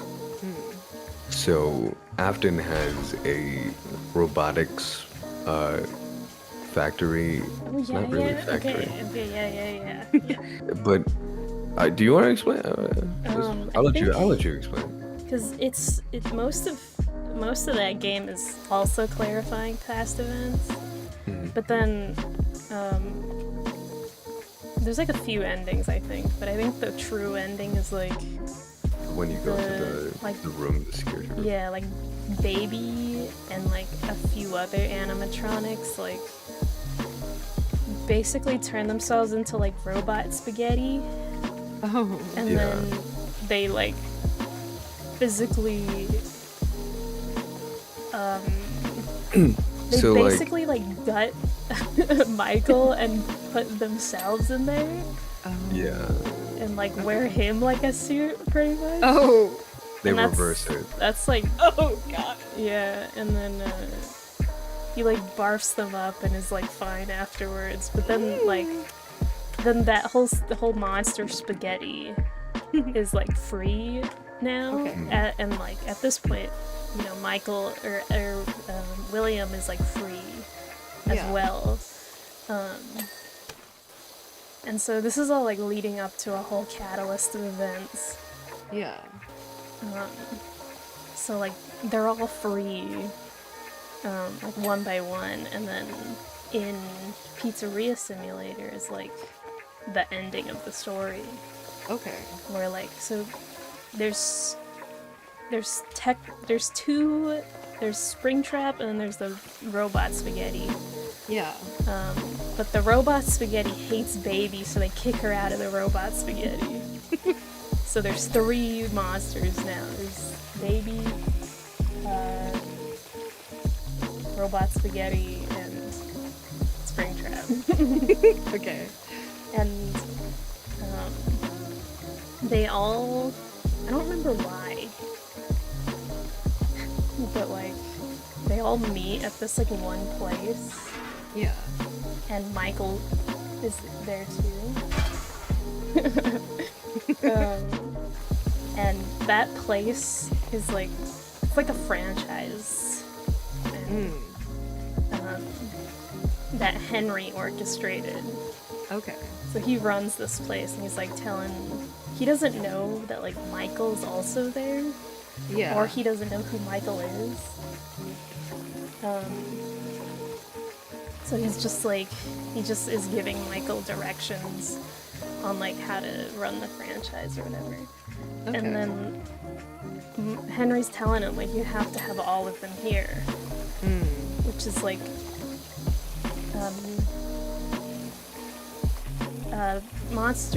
robot spaghetti, Baby, Springtrap, Is this? Yeah. the puppet who is there somehow, and Oh yeah, that's a weird one. That's a weird one right who there. was So the other one? There's it was- 5, right? Is this after the building was burned down? Yeah, this Yeah. is like the very last event. Oh, gotcha. So the thing with the reason the puppet is there is because Afton made a robot. I don't know when, but he made a robot to capture the puppet, which is Lefty. Okay. So Lefty is able to open its body, and then it has like robotic tentacles that grab the puppet, and so now the puppet is trapped in there forever. Okay.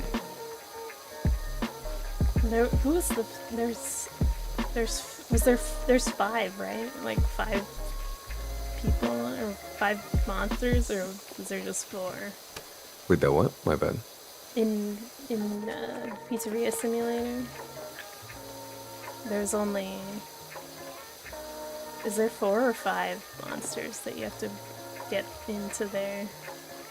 I think it's. So it's 4 or 5 monsters. I guess I could just Google it. Big discovery, guys. You can use cleaner. Did you know that? It's Yeah, I saw that. Oh. I don't think I have. I don't think I have cleaner. No, it's infinite. You can use. Oh, well, I guess if you don't have it unlocked, maybe. Yeah, I don't have it unlocked.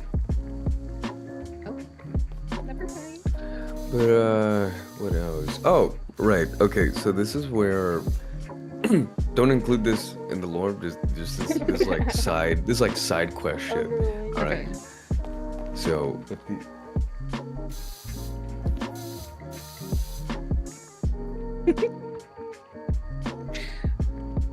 think there's only 4. Okay. Yeah, there's only 4. Okay. So And that's the one. Those are just the ones you were talking about. Yeah, that's robot, spaghetti, Spaghetti, baby. baby, Springtrap, and Gotcha. and the other one, and the puppet. Puppet. So, okay, so with the, so with Henry, right? So when Henry lost everything and Henry was going to, you know, disconnect from the world, you know, go, say bye-bye technically. He didn't want to do it himself. He made a robot for it. Okay. So I don't know what the robot is called, but he made a robot to, you know, end him, Yeah. but it didn't work out. I think, or I think it did. I'm not too sure. All I know is that it looks freaky as shit. Worse than Springtrap. That's not how he dies, though. Okay, so it doesn't kill him. But so the main story thing of that game is that you have to get all of them into the building, Yeah. and then once that happens, on like the final night, if you do that successfully, Henry like traps everyone in there. So Okay. there are like 6 people in the building, 6 entities, I guess. Yeah. It's him and Michael, and then the 4 that I mentioned earlier.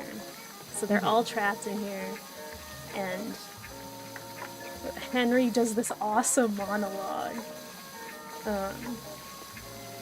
kind of explaining things that have happened, Yeah. and like how, like who each person is, and Yeah. stuff like that. And you know, he gives this awesome line that I absolutely love, where it's like, you'll have to watch. Like, me saying it isn't gonna do it justice, but Yeah. It says something like along the lines of, he's just like, for one of you, the darkest pit of hell will open and swallow you whole, or something like that, to William. yeah. And then like he's like setting the place on fire as this is happening. So like every single person in this scenario is like dead after that.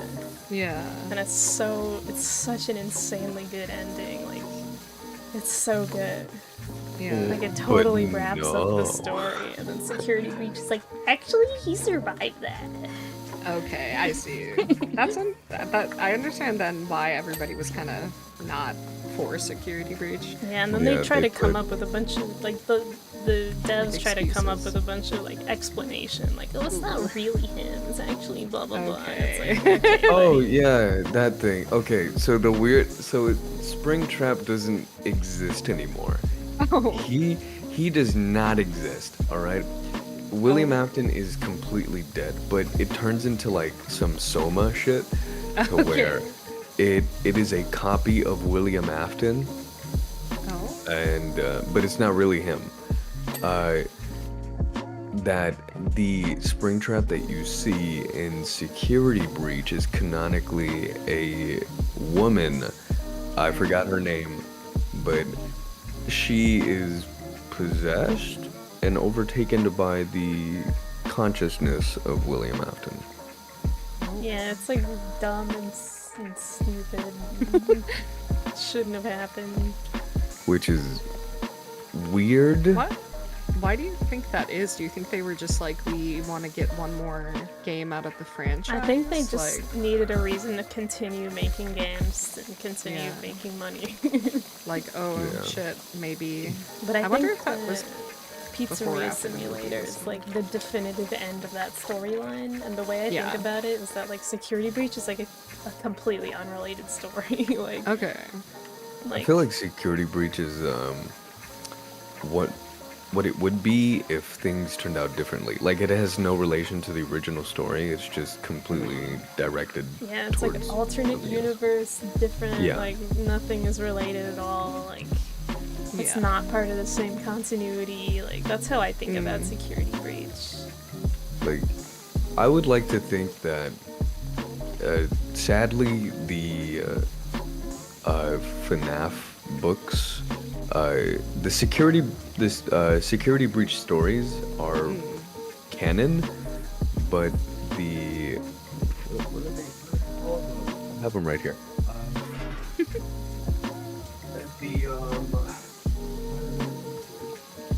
The Fazbear Fright ones, those are not canon. Sadly.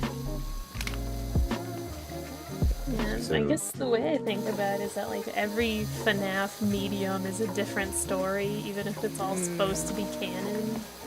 Like Yeah, I guess That's- that makes sense. that's how I think about it, even though I'm pretty sure that's not how you're supposed to think about it. Like, one of the stories that I wish was canon, and it's fucked up because I believed it to be worse than the spring lock accident.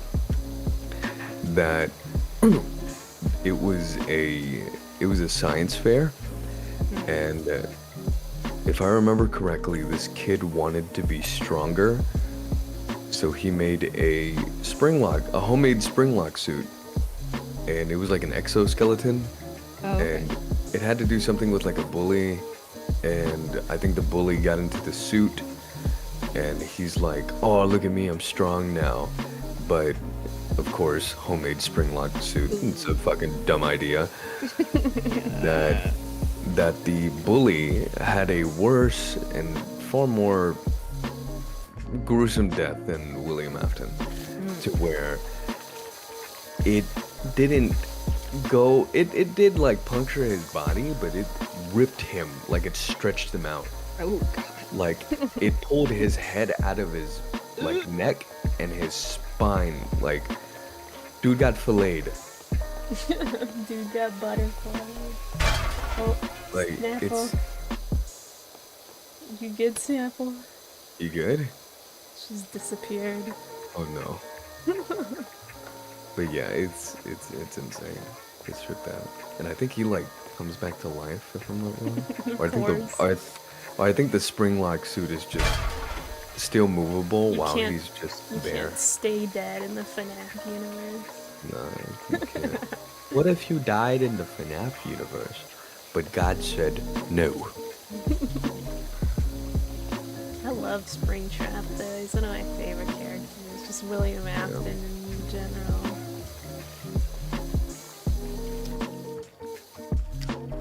Okay, well, Snapple crashed, I guess. Oh. I don't Wait, did she say anything? Uh-oh. Whatever. Did she crash? She didn't say anything. Her software, Oh, I don't know, oh, there she goes. Yep. Her computer must have crashed. Too much FNAF info. too much FNAF info. Also, your tracking is off. I don't know if you knew that. Yeah, I'm charging my phone right now, so I'm just here locked in.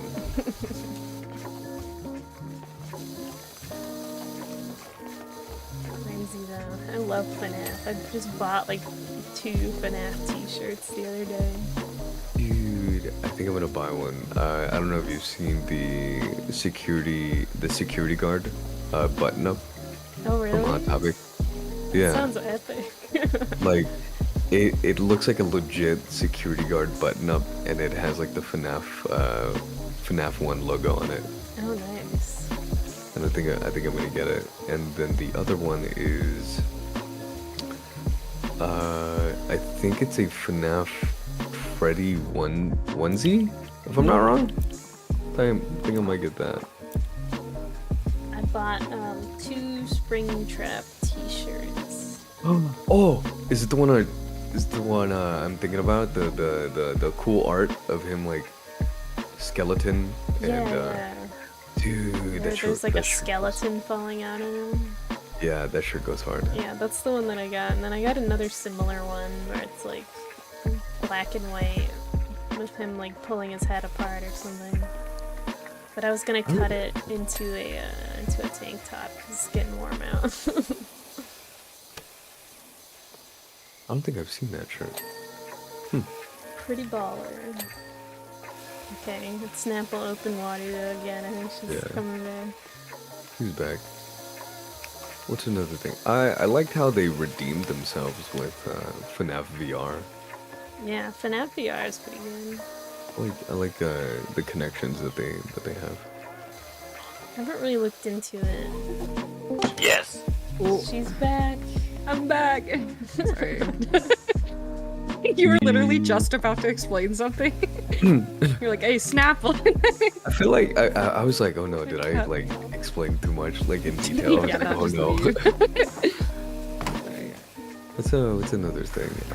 Vanessa, that's another weird one.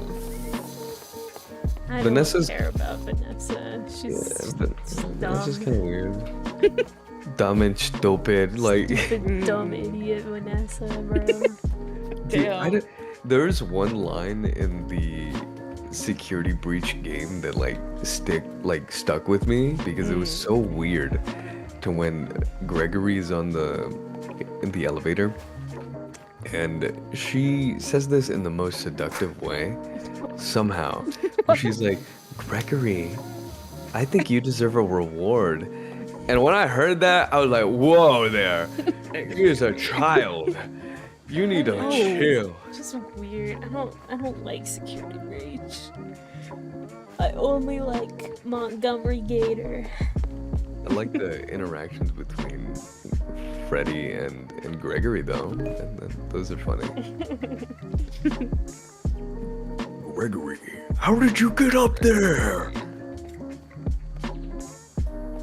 Isn't Freddy gay or something? I think so. I'm not sure. He's very zesty. Zesty. Doesn't he have like a thing going on with like Bonnie? I'm pretty sure that's the thing they're trying to do. I think so. I don't know. A lot of people were like throwing that where it's like, oh, he loves him. Where he's like, I miss him. I wish he was still here. Or some shit like that.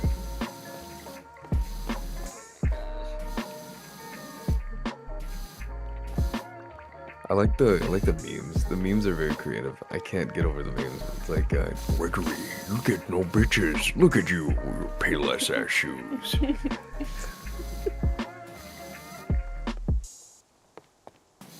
I'm making art right now. Oh yeah. Hell yeah. So clean. Nice. Yeah. Standing on your head for a second. Huh.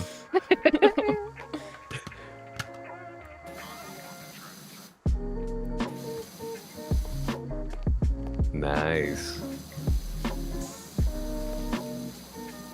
Okay. Yeah.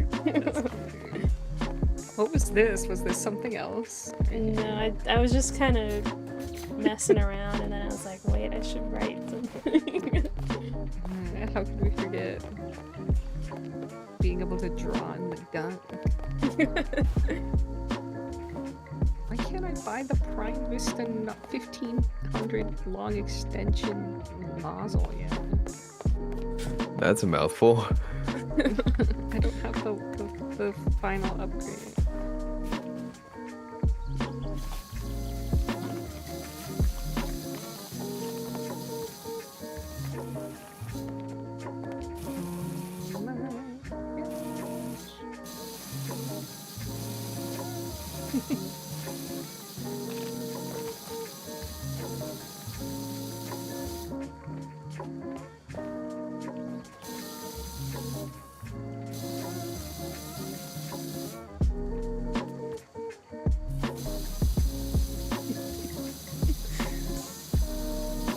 It's kind of difficult.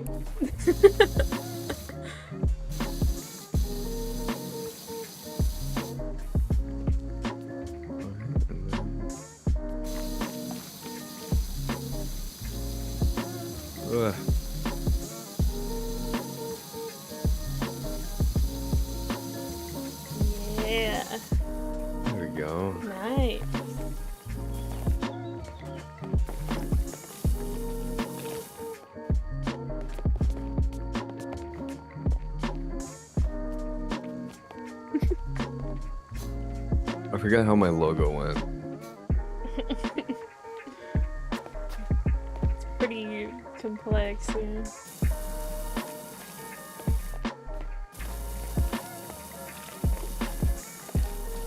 Oh, I got scared for a second. Okay, the little UFO. Nice. Why would you be scared? Is that you in there? Not the pink Yeah, that's me. shoes. Do you have a UFO? Yeah, I got a UFO of sorts. So nice. A little spaceship. Does it look like that? No, this is an artistic interpretation. Okay, gotcha. Oh, but does it still go? It does. Yeah. It does. I can't make my noise. Wait. Yeah. Yeah. I like when UFOs go.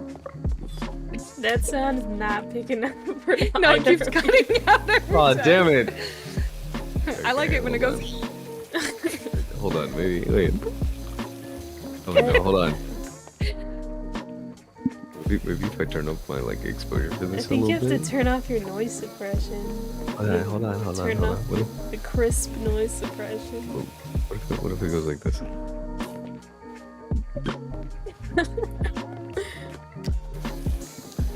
Yeah, Wait, hold that's on. a good sound. I can do a little bit better. Hold on. There we go. I kind of get it, kind of. Just think of bubble sounds. Yeah, I got a bubble gun on my A bubble gun. spaceship. It's Yeah. freaking go. A little laser light show. You know, the basics, the standard. I want to play Overwatch because I started thinking about Overwatch for some reason. I think you said like gun, and I was like, we should play Overwatch sometime. Oh my god. We could play it for a collab here. What is this made of? Multi-purpose. I don't know how to bring that up. Oh no, I figured it out. Don't worry, guys. Not the PowerWash shoes. I used to, when I was like what 5. I think I remember going to Payless with my mom. Been to Payless. Yeah, but like she never got me shoes.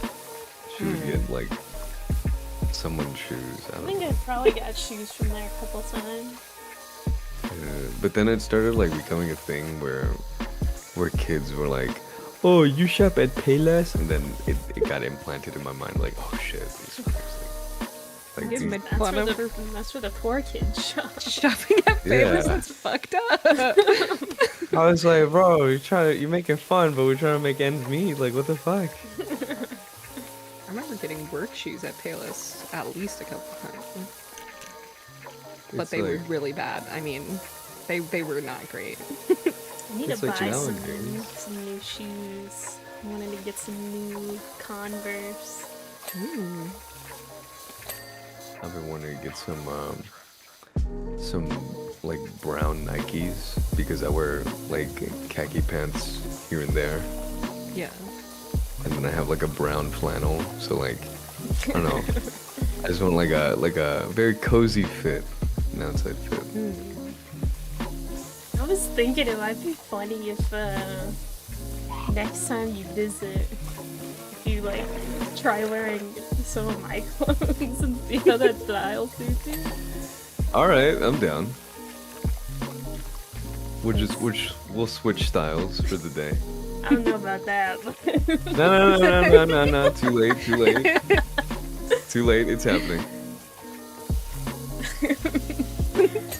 I don't know. We'll get to the store. I got And, I got plenty of clothes. I don't need to borrow any. It's fine. Too bad. No. I'll get you like some khakis and then we'll like switch outfits for like a second. All right. We'll match. How about that? How about Alright, we do fine. that instead? Okay.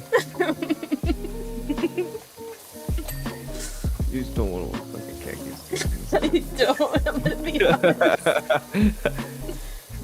See, dude, I need you to draw yourself in khakis. I think that'd be some No. funny ass shit.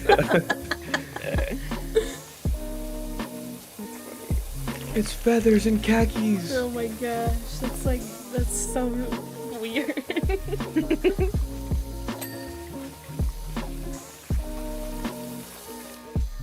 Outer and booty shorts must happen. Ban this guy. Ban. It will happen because we're doing like an outfit swap. Oh, yeah, eventually. true. Ban this guy. Can you will ban this happen. guy? Can you ban this guy? Chat. Mods, famous guy. We'll make him even shorter if you donate. No! True.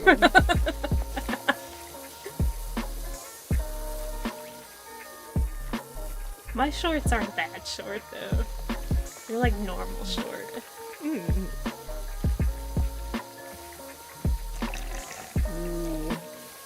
This metal cleaner is satisfying. It's all rusty. Oh yeah, using the metal cleaner. It's Yeah. different. So shiny.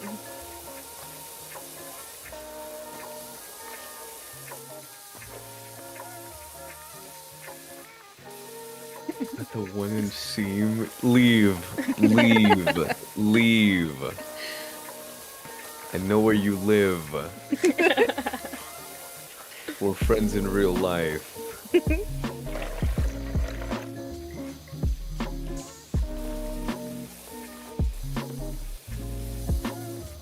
Yeah, we're gonna be doing. I think we wanted to do it for April Fools.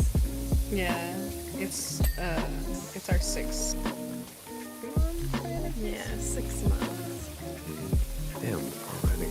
I Wanted know, to do that's a funny little event. Did we decide the official swaps?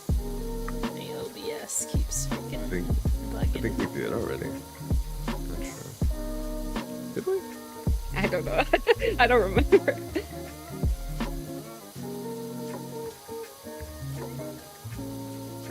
Oh boy, okay, there it goes. Okay, but yeah, I don't think so, but I think we should probably do it the way we Naka originally suggested. Yeah, I think it's a good idea. Because I feel like I'm thinking like in perspective of like of outer Yeah. where it's like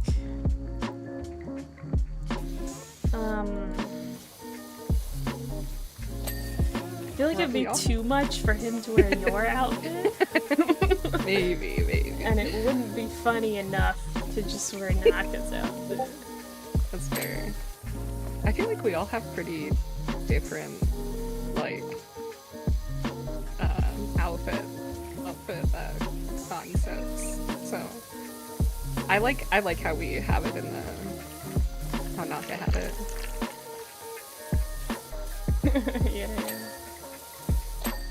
Oh my gosh, this is taking forever. We still have quite a bit to go. Oh, Yeah. I got the turbo now. Look at me. Good job. Look at you. I usually don't like using the soap as much because it goes a little too fast, but now I'm Yeah. exclusively using the soap. I'm starting to use the soap a bit.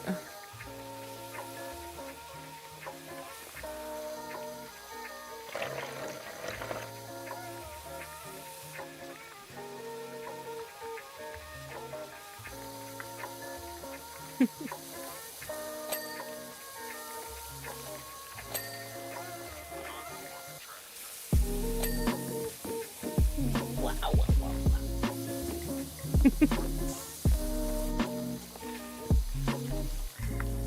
Yeah, I mean, I'm excited. I'm gonna be finishing school pretty soon, so Yeah. I'm grateful to just be on spring break for like a single week. But I'm excited to finally be done in a little bit and like have actual time to do things that I want to do. That would be nice, yeah. Did you already have your spring break or? No, are I'm you having it this upcoming week. Ooh. This is my last week before spring break. That's nice. And I'm very much looking forward to it. Yeah.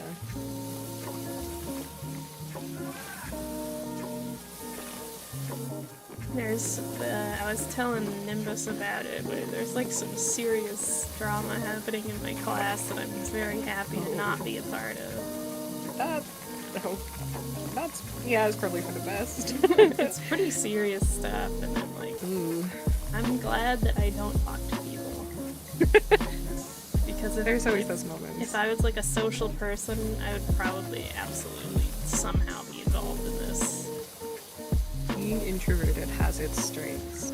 It has its perks. Yeah, I was like, this is a conflict that solely comes from like being in conversations with the person who caused it. So, Yeah. and I don't be in conversations with like anybody, so I have nothing to add, which Oh. is Yeah. a good thing. That was satisfying. I didn't do all the metal because getting the shiny stuff off the top is so satisfying. I didn't want to deprive you guys of having that experience. How you felt? Yeah. I've been working on the siding here. Ooh. How did I get up there? How do you get up there? There's like a ladder somewhere. Oh yeah, there's a little ladder. Magic. Magic. You just fly up there, honey? No, I can't do that. Oh, He's just Yeah. a guy. you're I'm just a guy. yeah, I'm just a dude. Remember that. My bad. Well, I flew up there. I'm just a dude that fights demons that can like literally get one shot at it any moment. That's good to know. What's my vulnerability? Well, I'm fucking human. That's it. Good to know. Yeah. Thank you for disclosing that information. I mean, also. it's pretty straightforward. It's not that complicated. I could die to like diseases. True. Oh my gosh. I'm just a dude. It's like, oh, what's your superpower? I'm schizophrenic. I don't know. If you look at the lanterns hanging off the sides here, they have like a little lantern pattern on the glass. Ooh. Like My if mom you, made me a burger. if you like shoot water at it, a little lantern pattern shows in the light. Oh. If you spray it, and then Oh, I see that. Huh, that's so weird. Why does it do that? kind of cool. It is kind of cool. I love cabins. They want to make sure you know it's a lantern. Yeah. For all love those cabins, lantern heads out there. Doesn't PowerWash have a VR game? Yeah, I think so. We should do that. Does it really? That would be fun. Yeah, we could do that. It's fingerboot clean. Look at these giant footprints. I know, I saw those earlier. I was like, what the hell? Nasty. What's up here? My Stomping bad. around. Barefoot. Walking all over the mud. Walking here. in the mud, yeah. Yeah. It's my. Never mind. Okay. I was like, I'm gonna say the joke, but I just didn't feel like it anymore. It was there, but then I kind of just died out of it. Man.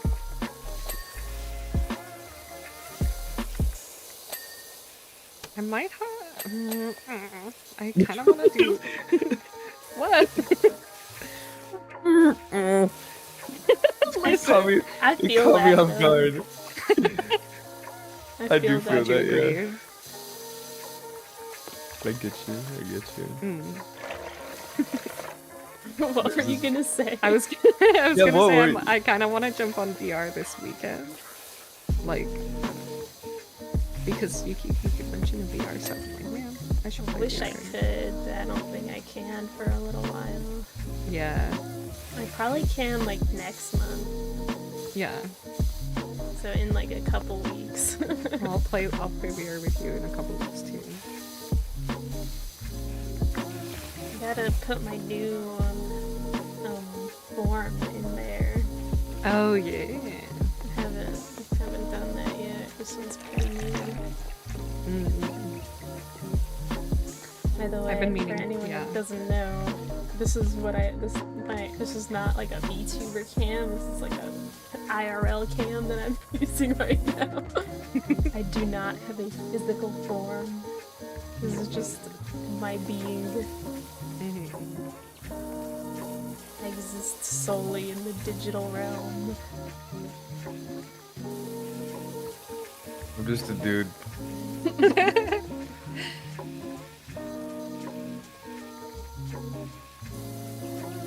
It's like imagine imagine having to explain to your family or your friends like, oh dude, there's this cool VTubing group. Oh, what does it consist of? So there's this cyborg, there's this devil, and there's this awesome vampire. Really? Oh, that sounds cool. Anything else? Yeah, there's just this guy. There's some guy. He's like a dude. There's also a dude. Oh, what does he do? Live. That's Hey, you're a demon hunter. yeah, That's really cool. I'm a demon hunter. I mean, dude, it's like You are just call full it- of like a group of sort of like demon-esque people, which I think is kind of funny. I'm glad you don't kill us. You know. Yeah, no, I He don't couldn't do if he that. tried. No, I can't. All right, let's not get into debate here. All right. I can neither deny nor agree to that statement. One, not because I could not do it, but one because I wouldn't do it. Oh.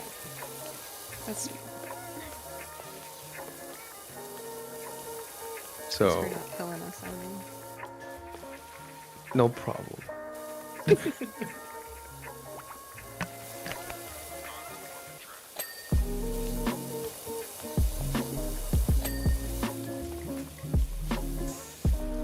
These soaps are a lifesaver. Yeah. They're like, I feel like they're not working on the roof. I don't know if it's You just... have to refill them. You hit Yeah. a button every now and then. Yeah.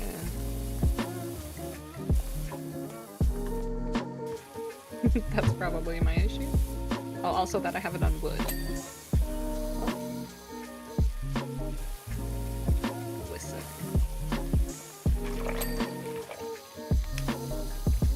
Don't listen.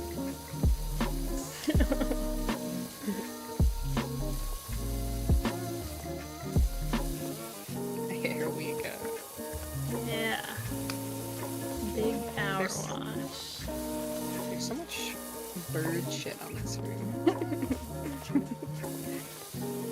That's it. I just thought I'd point that out.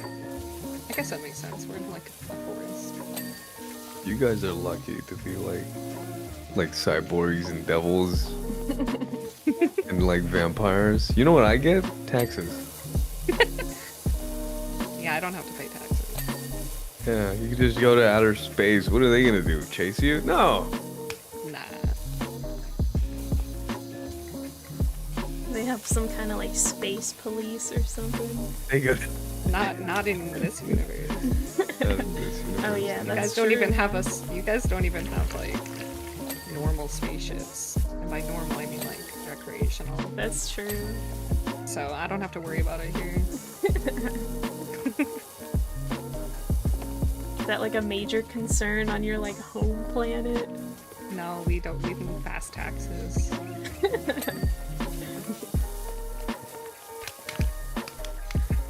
Hello, Nimbus. me.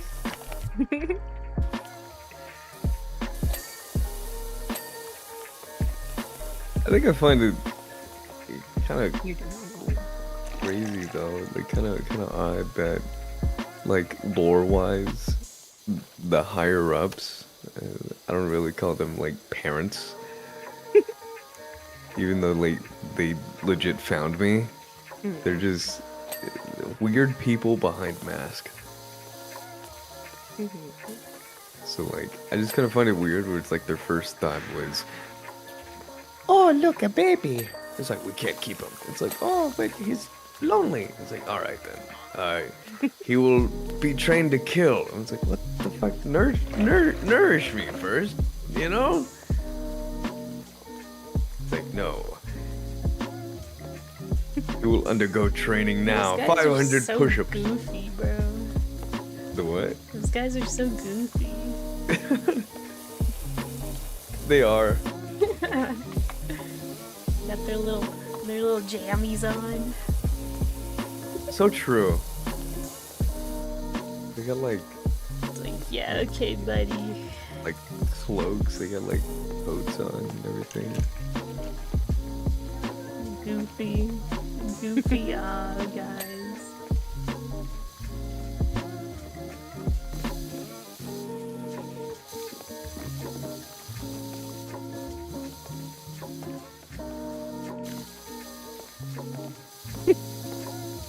I believe that's the story of Ice Age. All right.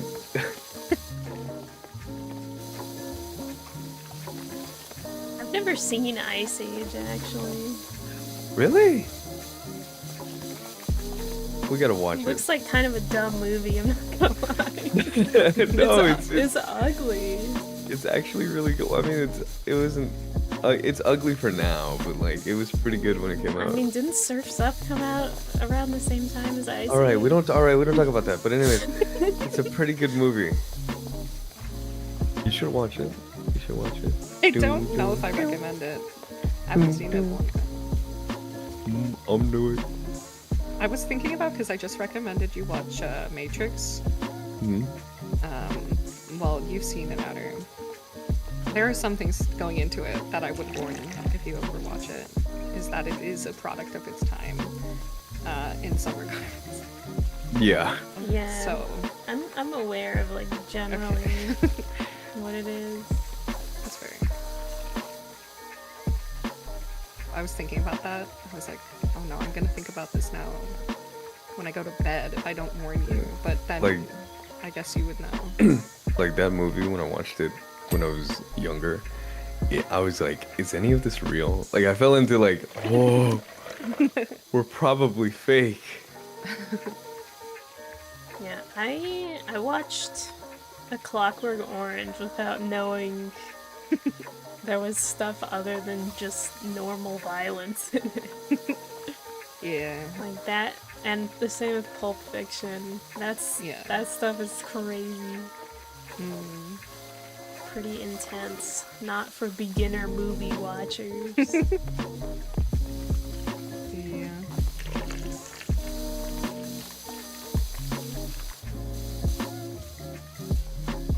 What was another messed up, like, weird movie that I wanted? I'm trying to figure it out.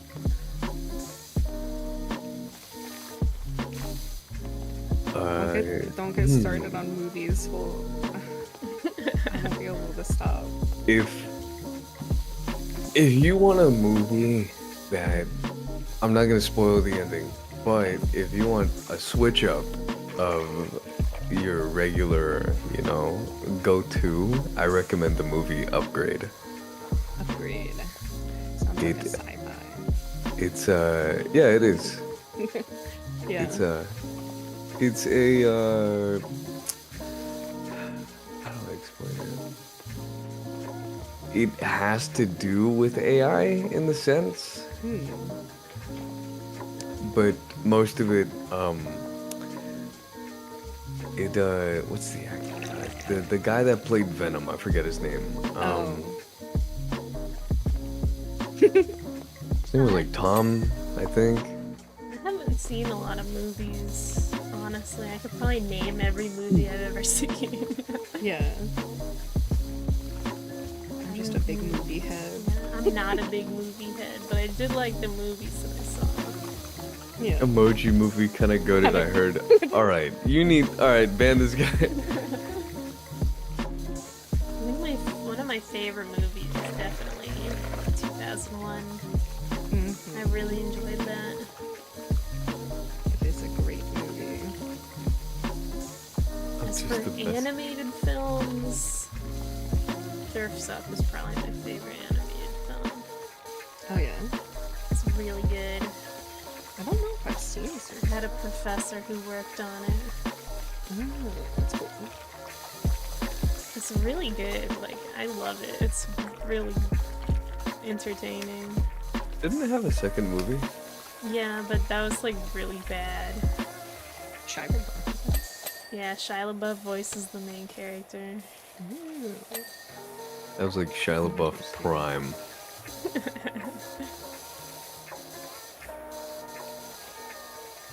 I think I've seen Surf's Up, but I don't think I've seen it in a long time. Like I feel like I watched it. Yeah, it's maybe- it's like one of those, it's like B-movie era.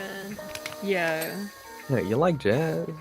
I've never seen B-movie either, actually. I feel like It's a really B-movies goofy movie. actually kind of good.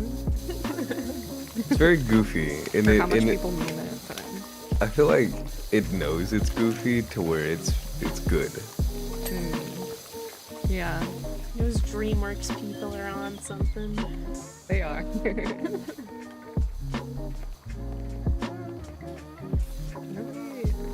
We're almost at the painstaking part of this map where it's gonna tell us that we're missing Yeah. like tiny little I think crevices. a lot of this is like on the outside of the fence.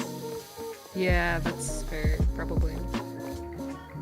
Yeah, get the scaffolding. Shoot, yeah, I didn't even see that. I think there's another one. I'm gonna eat my burger. My burger. Okay. Cheeseburger. Man, I want dinner. Kinda hungry. I eated the burrito. Was it a good burrito? Yeah, it was good. That's good. It was a chicken mole burrito. Ooh, that sounds tasty. Very messy burrito. It's still really good. This game is so. I just looked over because you have your extension thing on Feathers, and the thing is like right next to the wood. It just looks so goofy because you're like really far away, but then the thing is like right on top of it. Oh man, good game.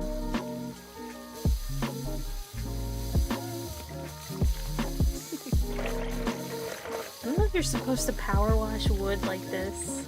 No, probably not. I mean, I assume there's like a. You there's- can. It's probably like protected. It looks like it's untreated though. Like it looks like it's just Yeah. raw like boards. Which that I don't know if you should power wash, but Getting all the soap in the dirt, in the environment. oh, What is eco-friendly soap? Guess so.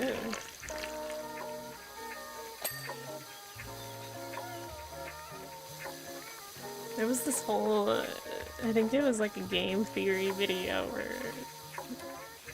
there was like a theory on that the power washing guy was like evil or something. oh, yeah. I don't remember exactly. I don't even remember anything This else. game has lore. Wait, there is a story mode. Yeah, though, isn't there? yeah, there is like there's story to it. I like the story of this game. It's really nice. It's very interesting. Yeah. It's cool. It's the lore. It's I wanna great. know- I loved it. I feel like the lore that was more complex to me, but seems so simple, is Fallout.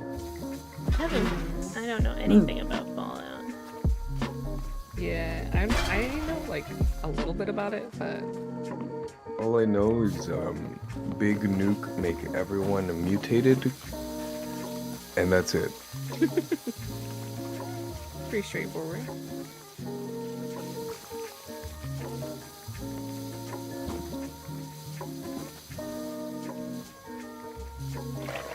Like I thought about it.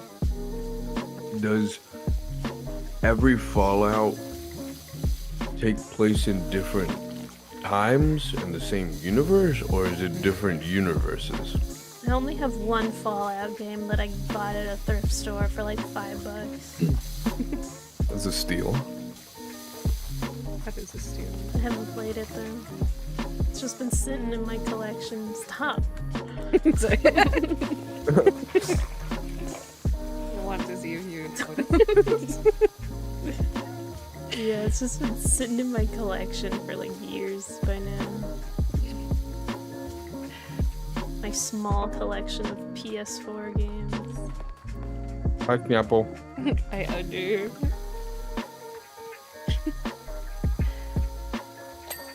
Now I want to watch Surf's Up. It's good. It has a bunch of Green Day songs in it. Oh, damn.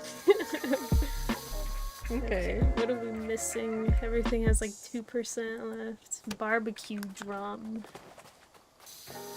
I'm just, like, frantically spraying the soap on everything.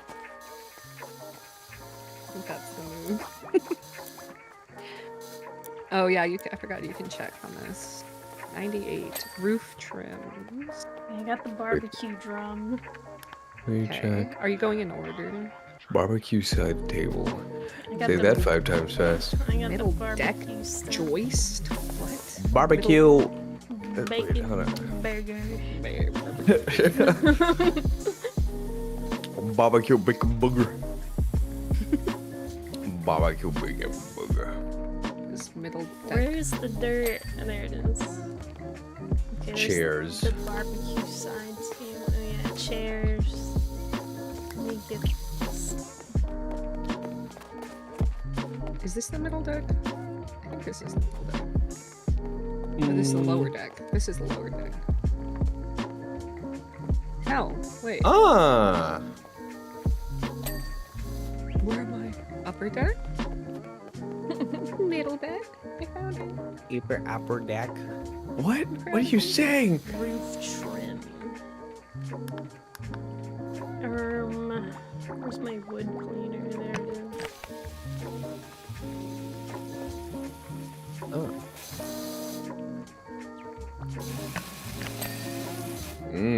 I see. Oh, I see it. Oh. Back in like earlier PowerWash days, there used to be a glitch where if you jump, if you're like mid-air and you picked up the ladder or the scaffolding, it would like launch you into the air.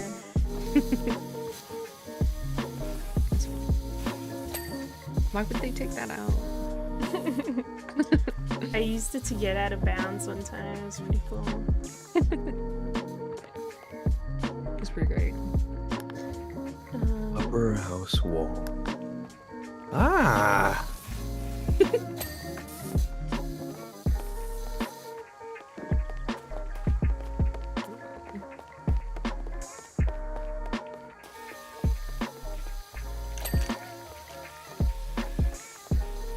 I don't know what a joist is.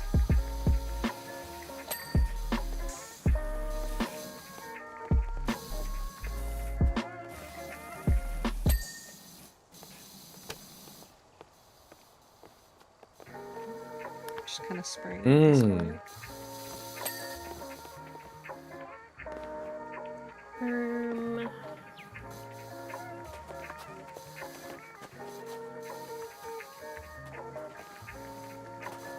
Oh boy, where the freak is this? Oh yeah, it's this one. I wish wish they had a jetpack in this game. A jetpack. Yeah. That'd be pretty cool. A water jetpack. Like Mario Sunshine. I never played that game, but it looks so cool. It's a oldie but a goodie. Vertical house trims. Hmm. Yeah, there's one of them.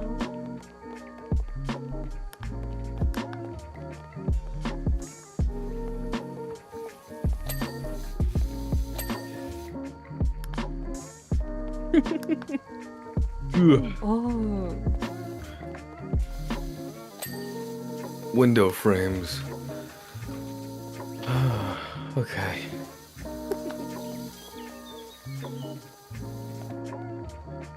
Oh, I bet it's on the outside. Wait.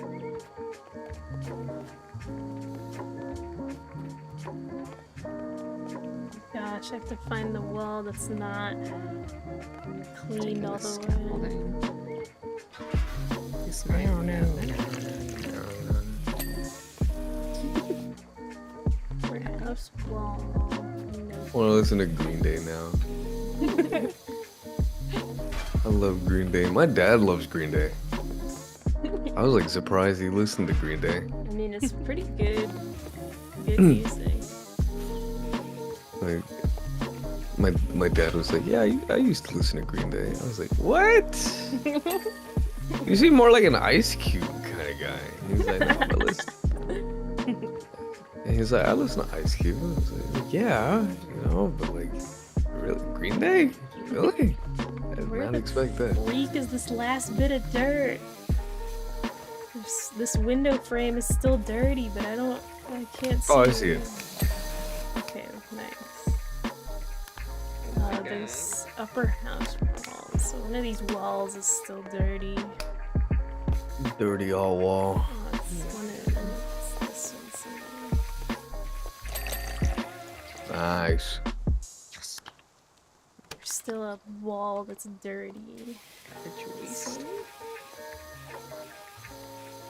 Upper wall. Nice. I think that's the last of it. And then oh And yeah, then the it's just the joists. I'm looking. middle joist. What the heck is a joist? It's like the bottom rim of the deck. Imagine going to Home Depot and then be like, "Hey, do you have a joist?" Like, what? And get a couple You of don't have any joists. joists. Joists. I would quit because I don't know what the fuck joist is. Oh my god, it's I got underneath. It might be underneath. Yeah, there's some that are like behind like the trees too. I did my best trying to get the joists earlier, but I'm gonna be honest, I wasn't hitting tab or anything. Yucky joists. There's this one video that I really enjoy where it's like, "Hey, Middle deck rim joist. hey, what are you here to buy?" And he's like, "Oh, I'm just here, you know, I'm building a fence." It's like, why? I didn't do anything. He's like, "Yeah, I'm building a fence." And he's like, "What? Why are you offending?" He's like, "What?" He's like, "Yeah." He's like, "No. Offend. Like, no offense." He's like, "No offense for what?" Oh my god. I saw someone on Instagram type. I'm sure it was on purpose, but it was like they were saying no offense, but it was like the name Noah and then fence.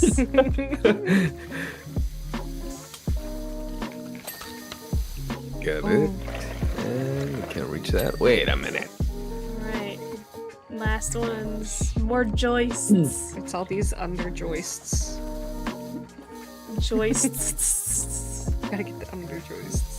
So much emphasis on the S. It's one of those words that has like almost like a double sound. Joists. Joists. It's like editing. Editing. Editing. Oh, there's so many. Okay. Hold on. my gosh, we're down to the 3. We're down to the last 3, guys. We got 2 of the joists. Window Nice. frames, another one. Nice. The joists. Come on, joist. Big joist. Big joists. Imagine being like 9 months in the womb just to get named Joist. Yeah, I was gonna say, I thought you were gonna say, imagine being named Joist. like you're just brand new into the world, so happy, but then they name you Joist. Are there people named Joist? I hope not. I believe. You know what? Hold on. Because Joyce is a real name, but I've never heard anyone named Joist. That'd be one of those like, sorry, what was your name? Joist. Okay, Joy? No, Joist. And then just keeps going back and forth. Or How many people are named Joyce? Joist. None, I hope. I really hope not. Joist is ranked at the 117,489th most There ain't popular no given one name. named That Joist. means there is somebody named Joyce. Spell it with an I? This name in the 50 percentile. This means that nearly 44% of the first names are more popular. No fucking way. There are 0.01 people named Joist for every 100,000. Did you spell it Americans. Joist? Joist? Yeah, I did.